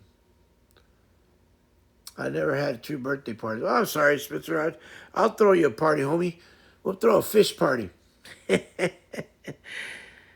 Yeah, but Christian had a party, he had some good parties. He had real good parties. Yeah, yeah. I don't know. He just after I think 10, 9 or 10, he just said, "Nah, I don't want any more." But they're hard, man. I mean, it's a busy thing to throw parties. You stress out. Jeez, what kind of theme is this gonna be? What kind of this? He just like, oh my God.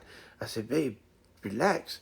You don't understand. Okay, all right, cool, cool. I understand. All right, but you know, I don't know what else to say about my babe. I mean, there's just so many things that she does, and so many things that I look at her and then she says things, and I'm like, what in the world are you talking about? And kept the numbers in my name is my birthday. uh, there's sometimes that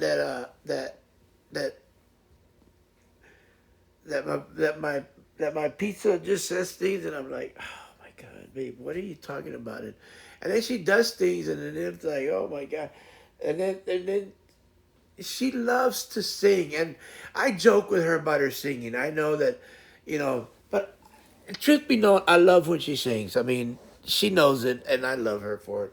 And she's been looking for a karaoke machine, and I've told her, just find one and just buy it because she deserves it. Oh, no good fishing in November. Only deer season. Yeah, deer season is good. Well, here in South Texas, fishing is good all year round. We don't have, it doesn't matter. Just about. But my wife loves to sing. One thing about that woman is that she can sing, and she'll sing everything.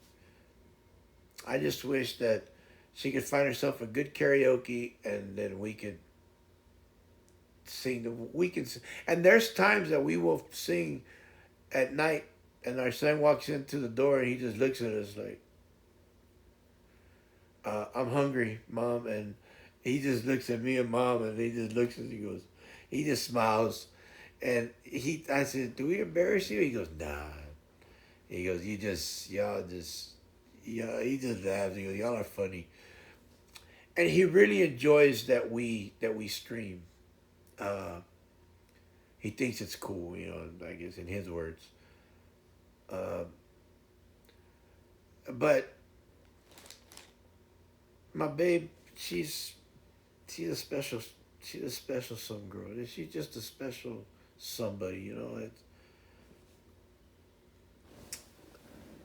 If it wasn't if it was our wedding day, we were getting ready.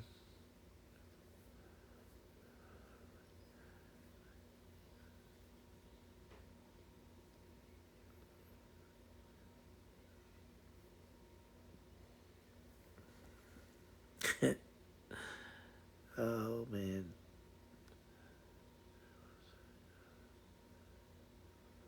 it was our wedding day. We were getting ready, and there wasn't a cloud in the sky.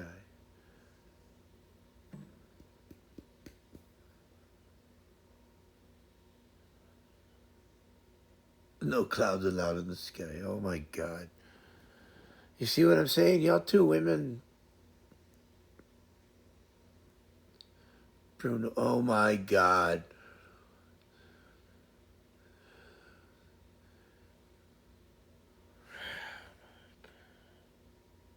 See what I'm saying? And there it goes. Now it becomes the Itza show. Oh, thunder. Oh my God. But you know what? That's what makes it fun. I really want to find a way to get together. And I asked my grandfather to take me for a week as my birthday present. I have a target buck this year at 2.5 years old. He was a massive boat. Oh man, 9 point. That's good, man. Well, good luck with that there, Spencer. Nobody talks about Bruno. Y'all women are crazy.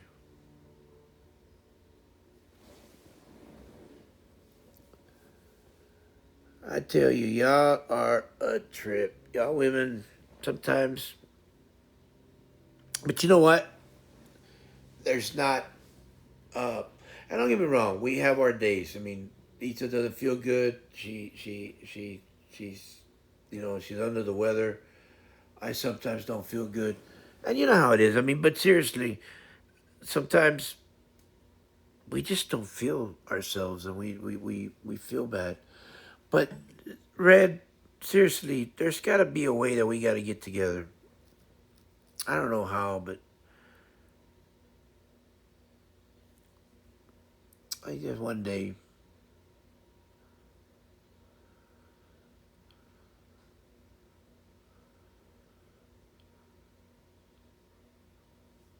Oh, that's pretty bad.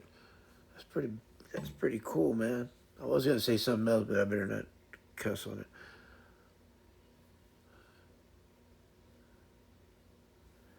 Yeah, we down here our deers they're pretty big, but we get 12, 14 point deer, but they're they're not as they're not as healthy. I mean, they're healthy, but they're not as like fat as you want them to be.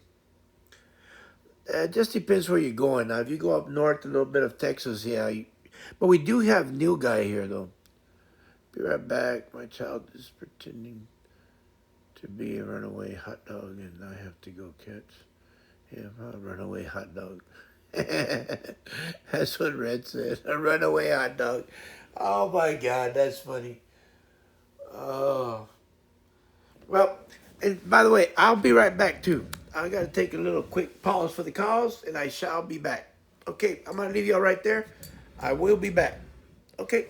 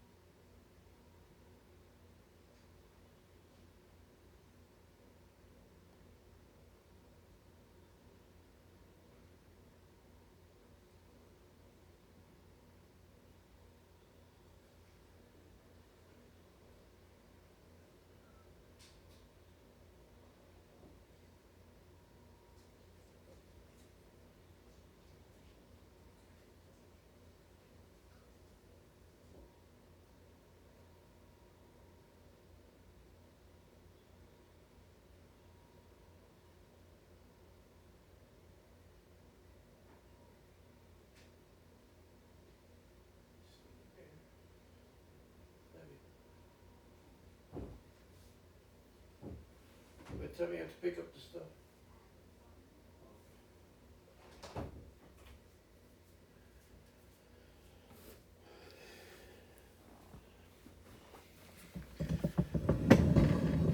Okay, and I am back.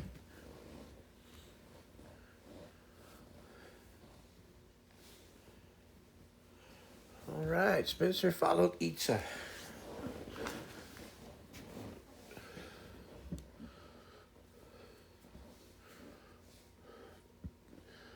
Thunder woke me up. Oh, is it bad weather over there, right?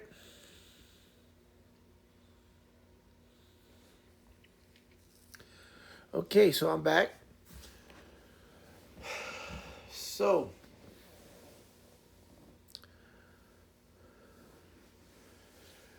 well,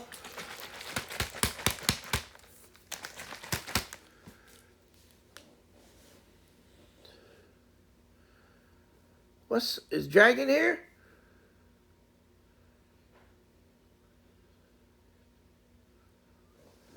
Hey, Dragon, how are you?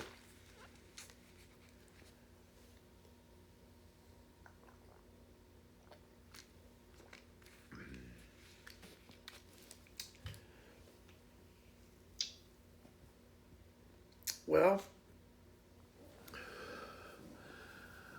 well, thank you. Oh, Dragon said the thunder woke her up. Oh, something's got to wake her up. Well, oh yeah, the one thing I did forget to say, and I'll be honest, uh, I gotta say something about my wife. I gotta say something about. I told her this later, uh, and I know it's something that I told her this and she smiled and she would say, "I can't believe you." But this was after we started dating. I said, yeah, I I uh, I would see you, and yeah, I know we just talked for a while. I said, but I said, yeah, you're very pretty. You're just you have that smile. You have the that look that you have, but damn, girl, those hip huggers that you wear was, oh my God, that woman, woo! She she looked so beautiful. Oh man, but not in a bad way. She just she warm with class. So I just got to say that. I mean, that was one of the she kind of looked at me, but then she laughed. She goes, "I can't believe you." And I said, "Well, you know, I am a man, so and I'm not. Well, we're together already, so I'm just gonna tell you that." So when she started laughing, but then she kind of like, "What?" It just kind of like we laughed about it, but it was like, "Well, I'm just telling you that just you make people you make the guys' heads turn." I said, "And women." So I'm just telling you straight up. Uh, so I mean, and it was funny because she turned red and but it wasn't just that. It was just the way she treated me, the way she would listen to me. And one thing that Itza has, and she gets it from her mom. Her mom is very nurturing, and she listens to you. She's so calm about everything. My episodes have gone down a lot, and tremendously a lot. Not only because of the help of the VA, but the help of my wife. I talked to her. I've never talked to anybody but her with what I've gone through. Uh, there was times at night when I was asleep. She said I talk in my sleep, and she'd hear things that that she would tell me that I said, and I remember saying them when I was in the military, and it would come back, and I remember, and then she would, and I would talk to her about her, and this could be at 1 o'clock, 3 o'clock in the morning, and we'd stay up all night. Of course, Christian was a baby, and he'd be sleeping in the bassinet, or he'd be sleeping in the crib, and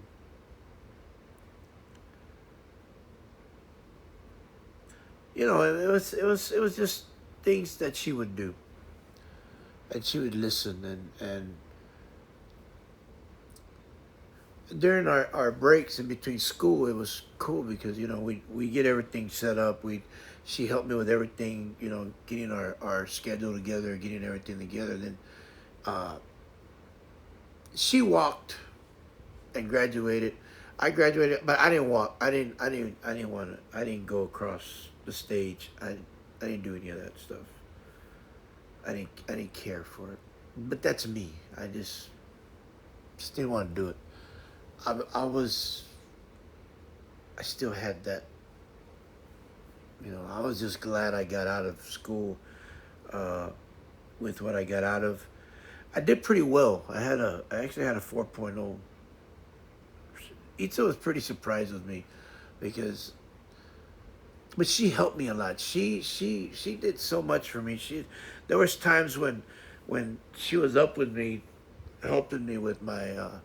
I'd get writer's block sometimes, and then she'd kind of throw things at me, and then I'd start. Boom, it was like a jump start, and then boom, boom, boom, boom. I start writing, and she's like, okay, okay, and then she'd do the same. She'd get writer's block, and then I tell her, why don't you think about this and think about that, and I don't know. It just everything together. We would just mesh, and we would just click. We were like a, I don't know. We were like a puzzle that just, or Lego, or what, however you want to see it. And people always talk about us, and people would say things, especially when she was pregnant. Uh, we would walk to school. I mean, we would get into school, and I carried all her books. I carried everything. I wouldn't let her carry anything, and you know, her cousin was so cool with us. She would always talk. She would always talk to us, and she go, "Man, wish I met somebody like you, and I wish somebody would treat me like you treat Itza." And she was so awesome. She finally did get married and met a nice guy, Josh, and then they're awesome together. Uh, but she was always so cool with me. She never treated me bad. She never, yeah, two peas in a pod. Yeah, exactly. I guess I was the Forrest Gump, and she was nothing like Jenny. That's for damn sure. Jenny was, but uh, she, you know, she's just, I don't know, man. I don't know what it was. She always said, one thing about Itza was that she always told me we were meant. It was fate. We were meant to meet. We no matter what. And I could give her any scenario. Well, I had a chance to do this. Yeah, but we were gonna meet anyway because you were gonna be in customs, and I was gonna be forensics, and then you were gonna go to the FBI, and you were gonna have uh, uh, uh, uh, uh, some type of what was it? You were gonna have to do some type of whatever in the scene, and you were gonna go to a crime scene, and then I was gonna be there doing forensics, and we were gonna see eye to eye, and you were gonna fall in love with me anyway. I mean, the girl had it all planned out. I mean, she was, CSI Texas Harlingen. She was all, the old take off the glasses and give me the one liner thing. She had it all set up. No matter what I told her, well, I could have stayed in Germany, and they offered me a job in Germany to stay there, and I could have stayed there. Yeah, but then I would have been, you would have came home, and you would have probably came over here fishing, and I would have met. Oh my God, it didn't matter. The girl had it planned out. The girl had it where we were gonna meet fate no matter what, and we were gonna have Christian. How do you not love a woman that knows what's gonna happen no matter what you tell her? And don't get me wrong, I'm glad none of that other stuff happened to me because, yeah, I could say, you know, Jack and Sally over here. Yeah, I mean, we just, no matter what I tell her, I could, there was times where I told her, I said, I was gonna be into doing this, into doing that, and she had a plan that we were still gonna meet. Didn't matter. Did not matter. The girl knew exactly that plan that we were gonna meet, and at some point, CJ was gonna be in our life, and I was gonna change, and I wasn't gonna have any more nightmares, and she would take care of me, and that's what she's doing.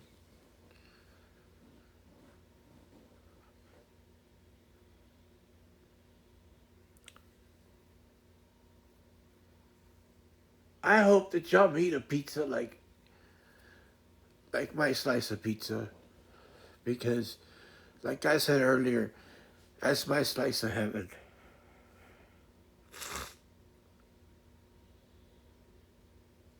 You can put any topping on this woman,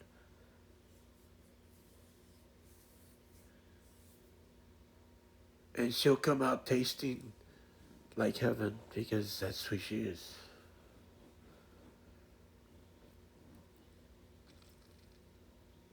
And I'm not saying this because I'm on stream. I'm not saying this because I want y'all to think that, oh, this guy says the lines that everybody wants to hear. No, I don't give a shit if y'all think about what y'all think. It's what I know because I'm living it. I've been living it for 18 years.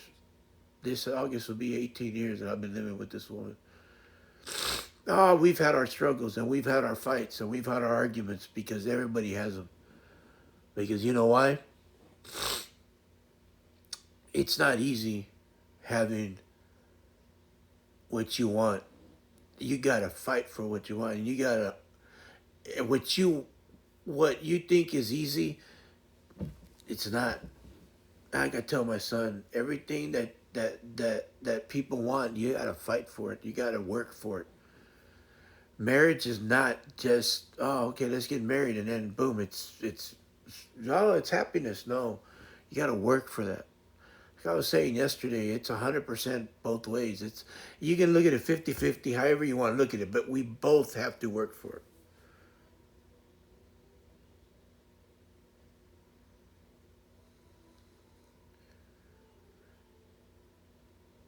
I am a handful. Oh, I promise you that. My son has seen me, and he knows I'm a handful, but he knows, and he loves me, and he's talked to me, and I am so glad that he can talk to me, and I'm so glad he does talk to me because he's a good kid. He's a great kid. But I've never laid a hand on her. I've never laid a hand on him because it's better just to walk away and just settle down. And but yeah, we've had arguments. We've had our yelling. We've had our whatever and whatever you want to, But it's never been where, well, I'm walking away. I'm leaving. I'm not. No, it's not that. Because yes, we've had our share of financial problems. We've had our share. I mean, in 18 years, if you haven't had problems, have you really had love? Come on, man. Because we've been through it. My mom and dad were married for 63 years. 63 years. I remember in their 50-year anniversary, they remarried. You know what my dad said? Just out of the blue. I said, man, Dad, you've been married for 50 years to the same woman. He goes, yep. He goes, I'd be out of prison if I'd have killed somebody by now. And my mom just started laughing and yelled at him. He goes, well, you ain't going nowhere now or something like that. I don't know. But he goes, yeah, whatever. They just started laughing. But my dad just out of the blue goes, yeah, I'd be out of prison if I killed somebody by now. And it's just funny because I'm always talking about, oh, yeah, I'm in prison now. And I've said that for always, oh, man, you're going to prison. You're going married. You're getting married. You're going to prison. And when I told my dad, you've been married for 50 years, Dad. Yeah, I'd be out of prison if I'd killed somebody. And it was just a joke. It was funny, and my mom just laughed at him. Oh, you ain't gotta fight nobody, or nobody put up with you as much as I put up with you. And he just laughed, and he just looks at her and he goes, this woman or something like that. But I saw them hug and I saw them kiss each other and just hug each other. And then 13 years later, he passed away. And my mom lived 10 years after that. But 63 years. That's a long time. And then you don't find that too often anymore.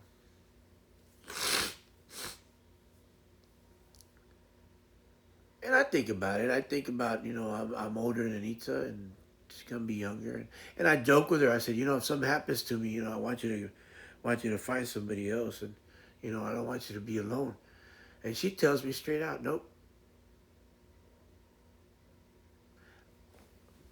I don't want her to be alone. I don't want her to be, but I don't want her to be unhappy, because something happens to me, and I'm talking realistically, but she says no, and I tell her, I say, well, you do what you want, but remember, yeah, you know, I'm gonna be gone. I mean, but she says no. She says I'll be okay.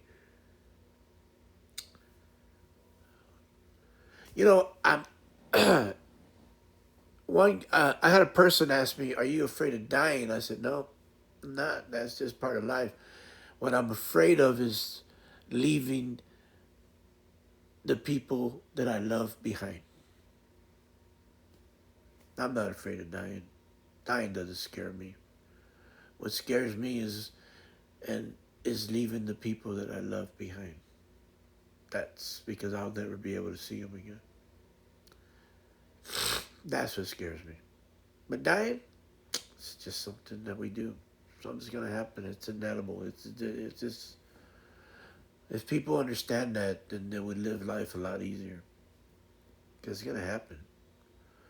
I'm not saying go out there and be stupid and do these jump off a house or whatever and hurt yourself. No, what I'm saying is still live life to the fullest, in safety and all that. But you know, it's just one of those things. But I know being older than my wife, yeah, it comes to mind. But I just live my days every single day. I'm just glad I look the way I look. I feel the way I feel. Of course, every surgery they put in me, I feel like the uh, what's his name, Tony Stark. I feel like they're putting more metal in me and more power to me. I feel like an Avenger. Hopefully I live like that because I feel better. I mean,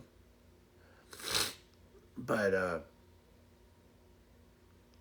yeah, with my pizza is a strong woman. She's only 4'11", like I said earlier, but man, she is dynamite.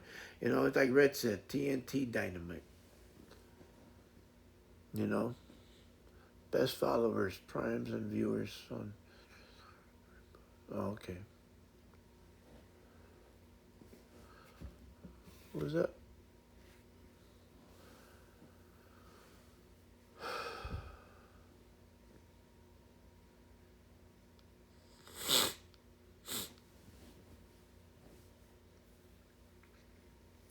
I mean, it's just one of those things that nobody wants to talk about it.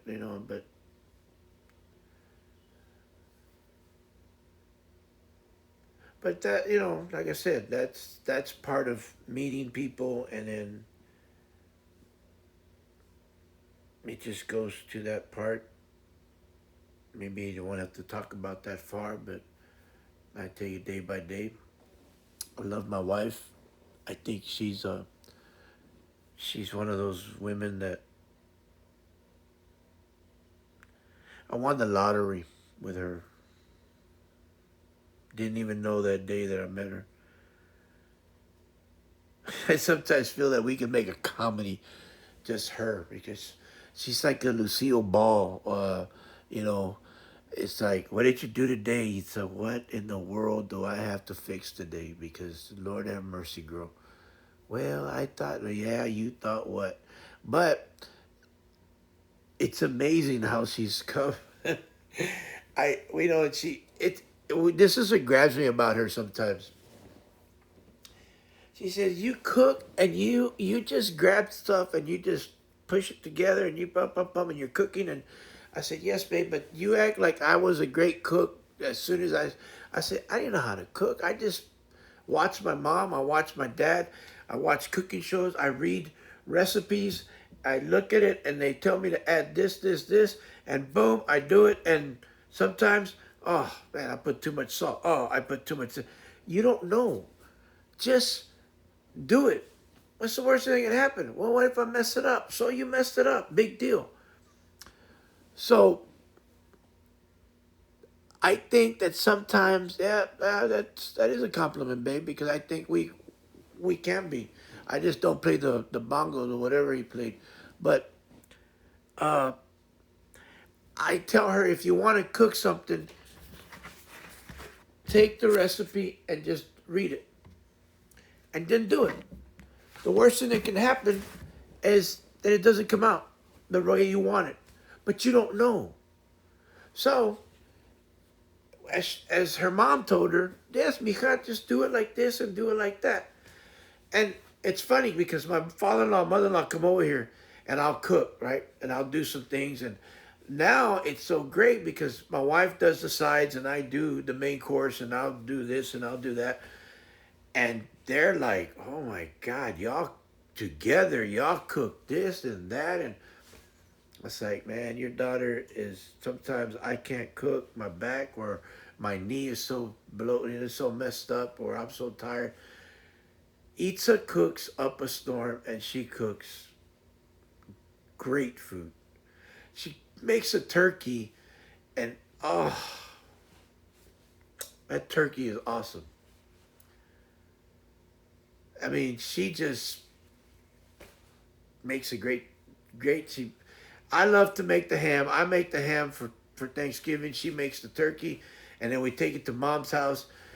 Sometimes they come over here. A lot of times we just go to mom's house, and my ham is gone. Her turkey is gone, and it's like we tell mom don't. She does everything mom does, and it's like why is, and then everybody wants to try to make it, but it's like mom's like, no, it's okay. Eat's making the turkey, so don't worry about it. Joe's making the ham, so don't worry about it. I'll make 2, 3 hams, and then Itza makes the big turkey, and we buy the big 24-pound turkey, and then we take it all over there, and it's like we don't want to bring it back. And now I'll keep a ham here at the house. That's just the way it is. That's just the rules. I keep one ham, and then the rest of it's over there because everybody loves ham. So, but Itza cooks up a storm now. But at first she was like, well, I don't know. But one thing about Itza is that she was afraid to try anything, but now snap, snap, and go. Let's just do it. What's the worst thing that can happen? But I tell her the same thing, man. I hope this comes out good, and I hope this comes out good. But I think we're all like that to a point when you want to do something. She's especially when I'm cooking fish. I mean, I want it to come out great. I'll put different stuff on it, and I like to try different seasonings because I like to taste different seasonings to taste what that seasoning is going to do to different fish or different meats. And I like to make that subs. We buy that sub bread, and I like to go out there and I like to chop up the meat, and then I like to make brisket sandwiches, or I like to make brisket subs, or a Subway sub, or whatever, however you want to call it. But I like to make that, but I like to put my own uh, sauce on it, whatever, and just mix it around. Put a little whatever, and just go with that. And Itza goes, you know how to do that? No, not yet, but I'm gonna figure it out. It's the worst thing that can happen. And then she goes, do you remember? I said, I don't remember. I better try it again, and this time I better remember. So what she does is she looks at me and she tells me what I put down on it. Now, the difference between me and somebody else maybe is I don't put 1 ounce of this. I'm putting just a shake of all the seasoning. I'll use 3, 4 seasoning or 2 seasoning, whatever, and I'll just sprinkle the seasoning. That's the hardest part for people to understand my cooking, because I don't put 1 ounce of this, or you know how you see guys that put a cup of this and a cup of that. Ain't no cup of JoJo here, buddy. When I'm cooking, my mom and dad pinch of this and a pinch of that. Just throw it in here and mix it and give it a taste. Yep, that'll work. And then you go from there. That's old school. Now it's all, you know, I don't know. That's just a waste of time for me. But that's me. So when I start cooking and y'all start seeing it, you're gonna know what I'm talking about. Wait till I make fried chicken. Wait till I make fried fish. Wait till I make grilled fish. I need to go catch some reds so I can make reds on the half shell. Need to go catch. I mean, want to make flounder. Oh my God, flounder is so good. People make flounder different ways. I just like to either fry flounder or make a flounder on uh, just on baked grilled flounder. Uh, there's just different things that you can do. I like to get some alligator guard, some katan as we call it back here, katan, and make it into like nuggets. Uh, Remember when Christian first started tasting katan? He was probably about 5, 6 years old, and he was eating them. He thought, "Hey, is this McDonald's nuggets?" And that ain't nuggets. That ain't McDonald's, son. That's alligator gar. That's katan. Oh, these are good. Boy, that boy ate that katan like nothing. I cook the same. Poor Denver's always trying to recreate my recipes, and I'm like, you gotta right amount when you add the seasoning. Exactly. You just kind of and you just know the handshake, you know, right? I don't know, right? It's just like that's just the way. I don't know. It's weird because you just don't do the little. Okay, well, give it a little teaspoon. You know those little teaspoons that come all together, and you're trying to find where's the tablespoon at? Screw that. And there you go. Hey, that I look about right. I don't know. Put a little bit more. And you know who's starting to do that now? Is my son. When I was teaching him how to barbecue and how to grill, and he helps Itza. Of course, through homeschooling, that's a home ec class, and then we do that because of when we out there cutting the grass or doing like that. That's like shop. So that's what we do. That's part of homeschooling. I mean, that's what he does. So, you know. But to be fair, I haven't been cooking since I was a kid. I've been cooking, and when we met, his signature meal was a hot pocket. Hey, I got nothing against hot pockets, baby. Those were the best meals for me too when I met Itza. Shoot, give me that hot pocket. You put it inside that little thing, and beep beep beep. That's right, babe. He makes the best of. Ah, hey, Robin, let's do it. See, me and Denver can become good fishing buddies. Hook it up, brother. Don't worry about it. I got you. Once I catch a fish, I'll hook that up. You hook up that ramen. We'll be okay for now until I catch fish. Oh man, I tell you. See, but you see what I'm saying? Everybody has uh, their own little specialty deal that they can do, and then you can up it up a little. You can up it up a notch by doing something else. That's why I told Itza. Refrigerated noodles, eggs, and topping. You see, and you can learn. I can learn from him, and he can learn from me because we have different styles of what we do. That's the key of learning from each other. I think if people are willing to teach others, we would be in so much better life, a better happiness than what we are now in some cases. I'm just saying because I think, oh man, so many people have so many different ways of doing things. If we can just sit back and learn from each other, oh man, that'd be so cool. I always tell Itza, everybody in their own mind is a genius. I believe that. We just got a 15. bundle of cookbooks, and we are challenging each other to make new meals now. See? That's all you have to do. It's a it it's something that people need to just try. What's the worst thing that you can do? I don't like it. Okay, move on to the next. What's the next thing we can do? All right? And start. If you don't know how to do anything, start the little stuff. Hey, how do you break an egg? How do you cook an egg? How do you whatever? Okay, let's make bacon. Let's make fries. Let's start with something small and then move up. It's okay. That's how I did it. Add a little bit of this. Add a little bit of that.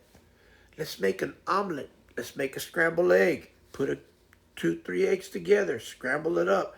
Add a little bit of milk. Add a little bit of this. Hey, now once you get the egg, put some whatever you want. Black olives. You want mushrooms. You want uh, uh, uh, ham. You want Canadian bacon. Whatever you want. You want bacon in that puppy. You want whatever. Now grab it, fold it over. Man, we used to make omelets in the mornings, and man, Christian loved it. Now that I have the grill outside, I mean, I can make bacon, I can make omelets, I can make pancakes. Oh my God. And now they sell one that you can do inside. Atlas has been cooking since 18 months. He helps out with almost every meal. Smart. Very smart. Christian has been helping Itza with cookies, with cooking. Since he was a man, since he could walk, like you said, like Atlas. But we don't think about it because it's like, oh look, he's helping mom. Look, he's helping dad. But a kid remembers. They're a sponge. They think they suck in everything. We as adults, we just remember what we want to remember. We if we don't want to, I don't want to do that until we have to. You want to eat? You better learn to cook. That's what my dad used to say. If you're gonna live on your own, you better learn how to cook. But of course, he'd look at me and say, "I ain't gotta worry about you." He never had to worry about me because he knew I knew how to cook. And I never understood why he treated me the way he treated me sometimes, because he always treated me like, not that he treated me bad, but he always like treated my little brother with like under his wing more than he did me. And then I figured, he finally told me, the reason I don't tell you anything is because dude, you know, Joe, you do so well that I don't worry about you. I worry about you, but I don't worry about you. And I look at him like, what? What are you talking about? As I got older, I understood. To make scrambled eggs and banana bread all by himself, I just grab all the things. Man, that's awesome. Well, I guess I can take Atlas to fishing. I don't have to worry about being starving.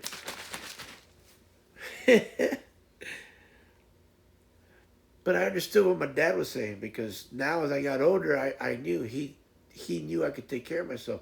See, now Atlas, as he gets older, man, he'll be like, oh, you want some banana bread? What? Boy, that's impressive. Yeah, I mean, why not?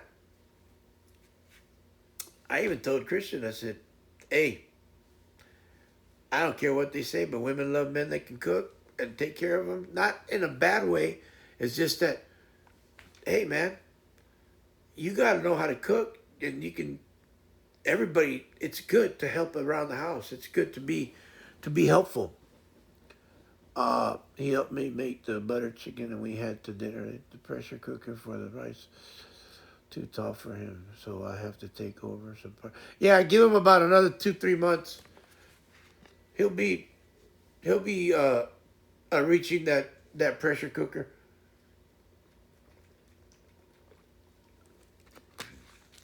But all kidding aside, though, men and women need to help each other,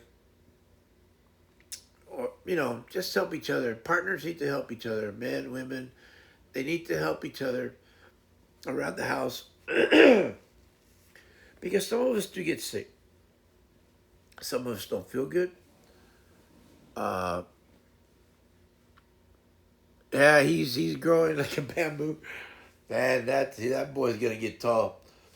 By the time you know it, he's gonna be picking you up.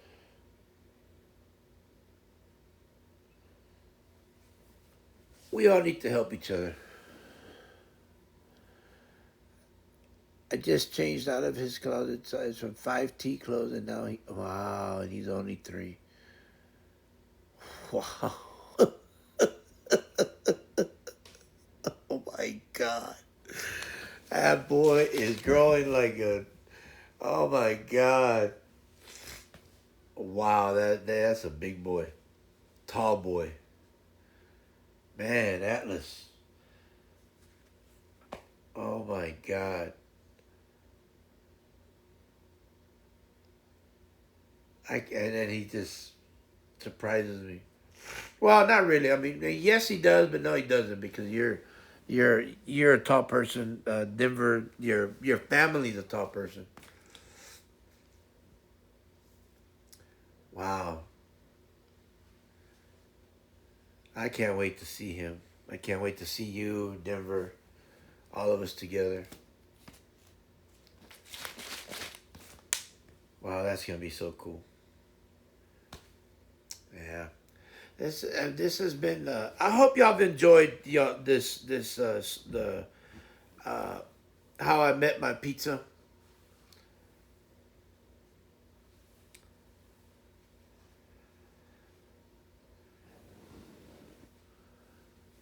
Oh, Dragon, I'm sorry. You under the covers because of the thunder? Oh, baby. Don't be scared.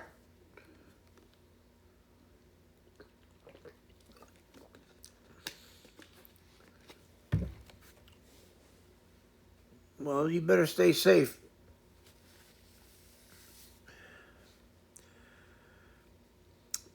Yeah, I hope y'all are enjoying this. So I want to take time to thank everybody that's been out and in and out of this stream. I want to take time to thank everybody that's been with me through this whole stream. This has been mostly about how I met my slice of heaven, my little pizza.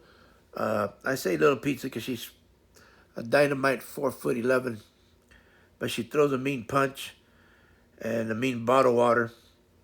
And it's just a joke between me and her. We always joke around.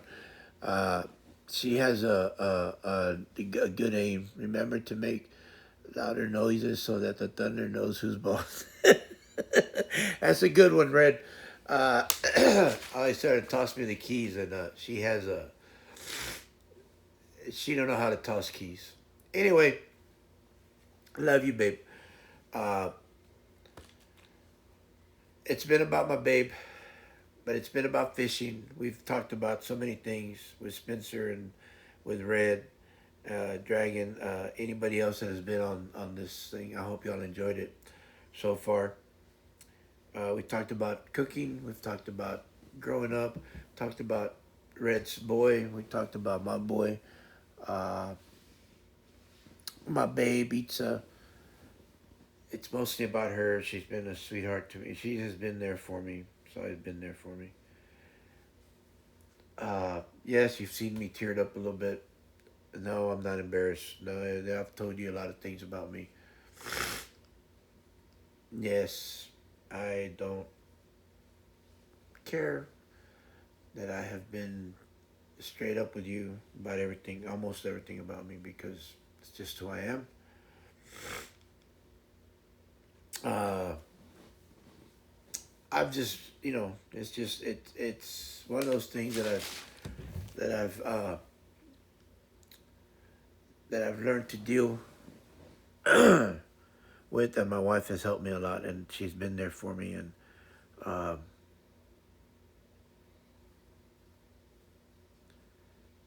she's a fighter just as much as I am. And like I told you, it's funny because, like I said, no matter how I slice it, I love it. I really enjoyed hearing your story. Thank you, Red. I appreciate that. Uh, no matter how I slice it, no matter how what I tell Itza, what if this would have happened, and what if I wouldn't have, what if I'd have stayed in the military? What if I would have hurt my back? I would have, because I was gonna be a lifer. I mean, I wouldn't have gotten out of the military. I got out of the medical discharge. They kicked me out. They didn't want me no more. Once you're worthless to them, they don't want you. Anyway, they retired me with a disability. And then I had to fight, which I never understood. I was disabled from the army, and then I had to fight the VA to get to get disability from the VA. I had to prove to them that I was disabled from the army to get disability from the army. Though my card says connected disability, service connected. Anyway, I don't get it. I finally, after years and years of fighting, I finally got the 100% disability, which started off at 10, then you 20, then you get 30, and you went to 50, and you went to 80, then you get back surgery, and you have, you got things going around in your brain, you got things going around in your back, uh, your shoulders, your knees, your ears, you can't hear. Uh, you can't really see too well, but anyway, you just keep going, and then you finally give you 100%.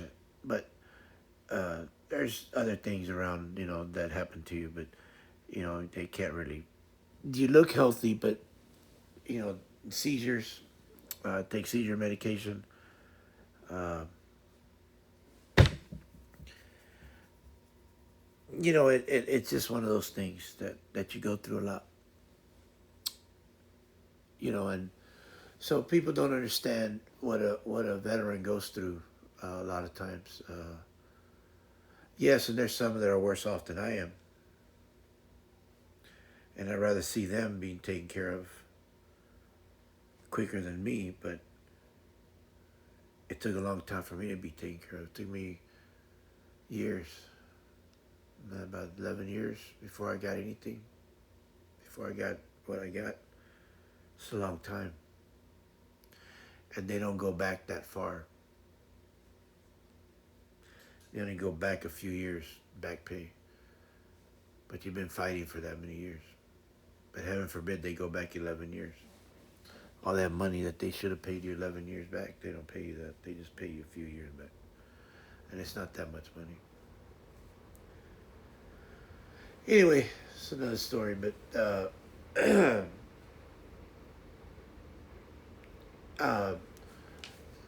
I went through a lot, and I still get people looking at me saying, "Well, I don't know why your truck has disabled plates. You look fine to me." So yeah, there's times that I get into arguments at Walmart, HEB, the grocery store, because I park at a at a disabled a disability parking space. And now, if they ask me nicely, I will move. And there's times that I do move for people that that I see them, and I tell them, I said, "Yo, you're in a wheelchair. It's okay. Let me move, and you come back in." So I will move, and I'll park somewhere else. And they really appreciate that. Some of these people really appreciate that, and I tell them, and they tell me, "Oh, but you're disabled too." I say, "No, no, no. I'm okay." I said, "But I see that you're in a wheelchair now. I appreciate that, but I know that they're worse off than I am. But you know. Then I got some people that that try to argue with me and try to tell me, well, you look fine, and I just walk away from them before I start anything. But there's times that I can't walk away and they follow me, and then I have to stand up and tell them things. And I'm not a nice guy when it comes to that, because I'm sick and tired of people acting like they own the place, and they're gonna talk down to me, and after what we did, after what I served and everything, and it's so sad that we got people that are like that. And but it's gonna happen no matter what people what people say. I sometimes just walk away from it. I try to walk away from it, but when they follow you in the store and start cussing at you and stuff like that, that's when I draw the line. Especially when I'm with my wife and my son, and I tell my wife to I said, just take Christian, put him over there, and then I go off on him. And I'm not nice. I just go off on them and I tell them, and then they they shut up because I'm not a nice person when it comes to that. And then the manager comes out and says something, and then I say something, and then they want to call the cops, and I say, go ahead, call them. I don't care. And they don't. And the people leave it there, get escorted out of the store, and they leave. And that's it. We do our shopping, we go out the door, and we get in the truck and or in the car, and then we come home. But it's sad that I have to go through stuff like that. But I do. But it's just one of those things that, and I'm not the only veteran that goes through that. Sometimes I just rather not park in those parking spaces. But it's it's for me. I earned that benefit. I hate that I have that benefit because I am in pain, but it's there for me if I want to use it. But a lot of times I just park away from everybody and just walk. I just don't want to get in confrontation because I know me. And sometimes I carry a cane because I have to use a cane sometimes because of my knee. And you gotta understand that cane weighs about 10 pounds. And I can do some damage with that thing. And my son knows that too, and so does Itza. So I'd rather just walk away. So, but anyway, this is about my babe. I'm sorry about that, but once again, it all comes down to what we go through and stuff like that with the VA and stuff like that. And she's helped me a lot through that. That's why I'm saying that, because if it wasn't for her, I don't know, no telling where I'd be. I funny story, not a funny story, but realistically opening her eyes one day when I first met Itza. Well, after we started dating, I went to the VA, and we were already married, and I had been going to the VA, and I had been I had been gotten pretty sick, and she took me to the VA, and she hadn't really gone to the VA, like understood what the VA was about. So I told her about how some of these people were really mean people, that they didn't really care. So one day we went to the VA, and this lady that was working there was being real rude to me. So I just I just told her off. I mean, I started telling her all kinds of things. She said something about, well, you got to do that. I told her, nope, I don't think so. I said, these are my benefits. I earned them, and you're gonna do whatever whatever has to be done, and I'm gonna be here. And this, well, you don't have an appointment. I said, no, I know. I said, I'm a walk-in. I don't feel good, and I need to see the doctor, and this and that. And she tried to tell me, well, my husband's a veteran. I said, well, you can thank him, but you're nothing. I said, you're nobody but a worker. I said, well, wasn't for us, you wouldn't have a job. So sit your ass down and and put my name down. And then, well, by that time, another one of the nurses that I knew, Abel, had come in, and he looked at me and he goes, hey, what's going on, Joe? I said, man, dude, I don't feel good. I have, my blood pressure is high. Well, I was already almost falling down, so they found out that I had a small, I got put in the hospital. I had I had a heart attack, and I was put in the hospital I was in the hospital for a week. But my wife figured out that how bad they were. She was so shocked that they would treat us that way, but she had never really been uh, to the VA. But if she went to put me in the thing, they had to shock me because I had a heart murmur. So, and I was in there for a week. It was in 2012. I remember that.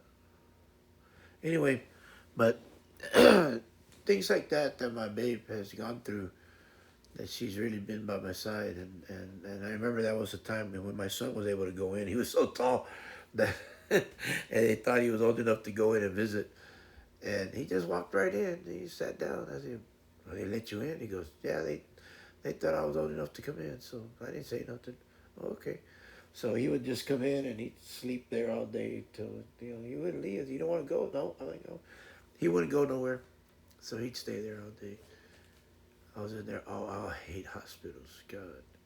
Anyway, so there's things like that Itza goes through, and but she was always there for me. She was, but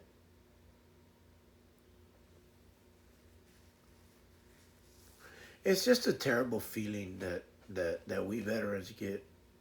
But if with the wife without, when the wife doesn't support you and doesn't, or vice versa, the husband, if the wife is a veteran and the husband doesn't support you, it's a lot harder on that person. And that not just veteran, whatever, just in general, whether boyfriend, girlfriend, a wife, husband, uh, significant other, I don't care. It doesn't matter. You need support. You need to support each other. You need to back up each other. You need to be each other's backup in whatever you do and whatever you need to do. Because without that, excuse me, without that, you're not gonna be anybody. You're not gonna have any. You're not gonna last. Why? Because it's just not gonna be there for you. You need to help each other out. If one thing, I mean, not that I haven't learned it, it's just that, but one thing I know is that Itza and I have been through, like I said, we've been through thick and thin. But I guarantee you, that woman, she may sound like, "Oh, I'm so nice," but she is a fighter. She's strong, and she will not give up for anything if she knows she's right. She will not back down. When it comes to me and Christian and to her family, she is not gonna back down. That's a mama bear right there, or a lioness, or that woman. No, she's not. She's just she's ready. She's ready. She's like a wolf. I mean, you name it. She's gonna any any any nurturing or any person, but she's gonna take care of you. But she's also gonna fight for you, and she is gonna do it in any way she can, and she will do it because that's who she is. She is the best thing that I can say I've ever encountered, to be the most wonderful mom and the most wonderful wife or most wonderful woman. And this is from my perspective, from my eyes, and from me. And I know there's women like her everywhere, and every day they do the same thing that she does. And I praise them and I thank them. And there's men just as great as there is women. So please, to not, do not take advantage of each other. Help each other. Thank each other. Love each other. And most of all, people, do not hurt each other. Not purposely. I know it happens every once in a while. I know. But that's part of life that we learn, that we live to learn, because there's times that we do things that are, oh my God, we do stupid things, we do idiotic things that we may not understand, or we just do stupid things. We say things that we don't mean, and we can't. The old saying, we can't put Pandora's box. We open Pandora's box, we can't put it back. But what's that? You can't put genie back in the bottle. But the thing is that we can we can always we can't fix everything. And I know there's some things that we'll never be able to fix.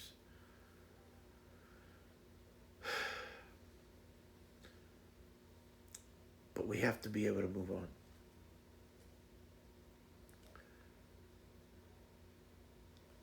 And the choices are there. I don't know what your choice will be. I don't know what the choices would be, but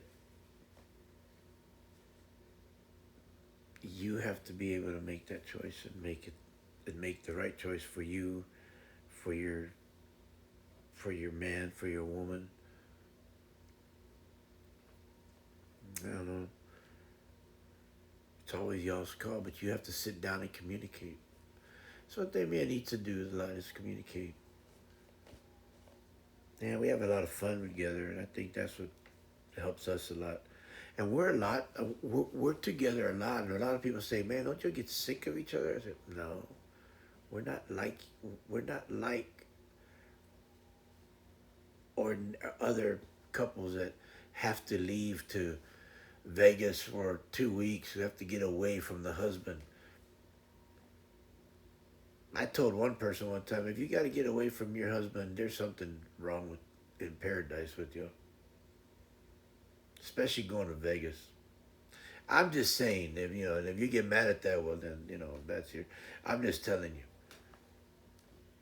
why do you have to go to Vegas and he's going to another place for vacation? Well, we have to get away from each other. I'm sorry, but that's my opinion. I mean, that might be something for y'all, and that's fine, but that's not something for us. I mean, I'm just saying. And if you don't like that, well, hey, grow up, get over it. But I don't really care. I'm just saying how I feel.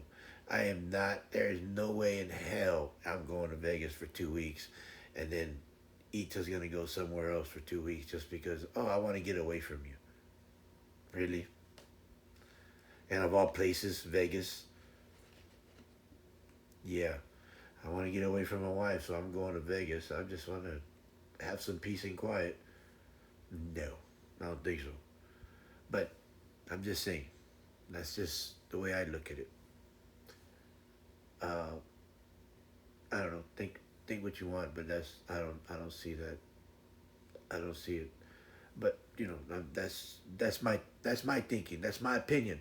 So everybody has an opinion, and you know how that goes. So you take it from there. But as far as I'm concerned, I mean that's how I feel. Uh, my wife and I have talked about it. That's how we feel. We don't believe in that. Uh, but you feel free to believe in whatever you want because it's right now. It's a free country. Right now, and the way things are going, enjoy it because the way people that are running it seems to be running out. So y'all better enjoy this. Uh, but I'm just saying, I don't understand that. that part of life. But my wife and I don't believe in that. We believe in, I know that we are together a lot. We had a shop. We're always together at the shop. We're always together here at the house. I don't know. I don't get tired of her. We joke around about it. Oh, I'm tired of you. I always tell her, you make me sick. And she tells me, you make me seven. And there's something that my mom used to say all the time. So we laugh about it, but it's just a joke. We joke around about it. But we don't. I don't know. She works from home.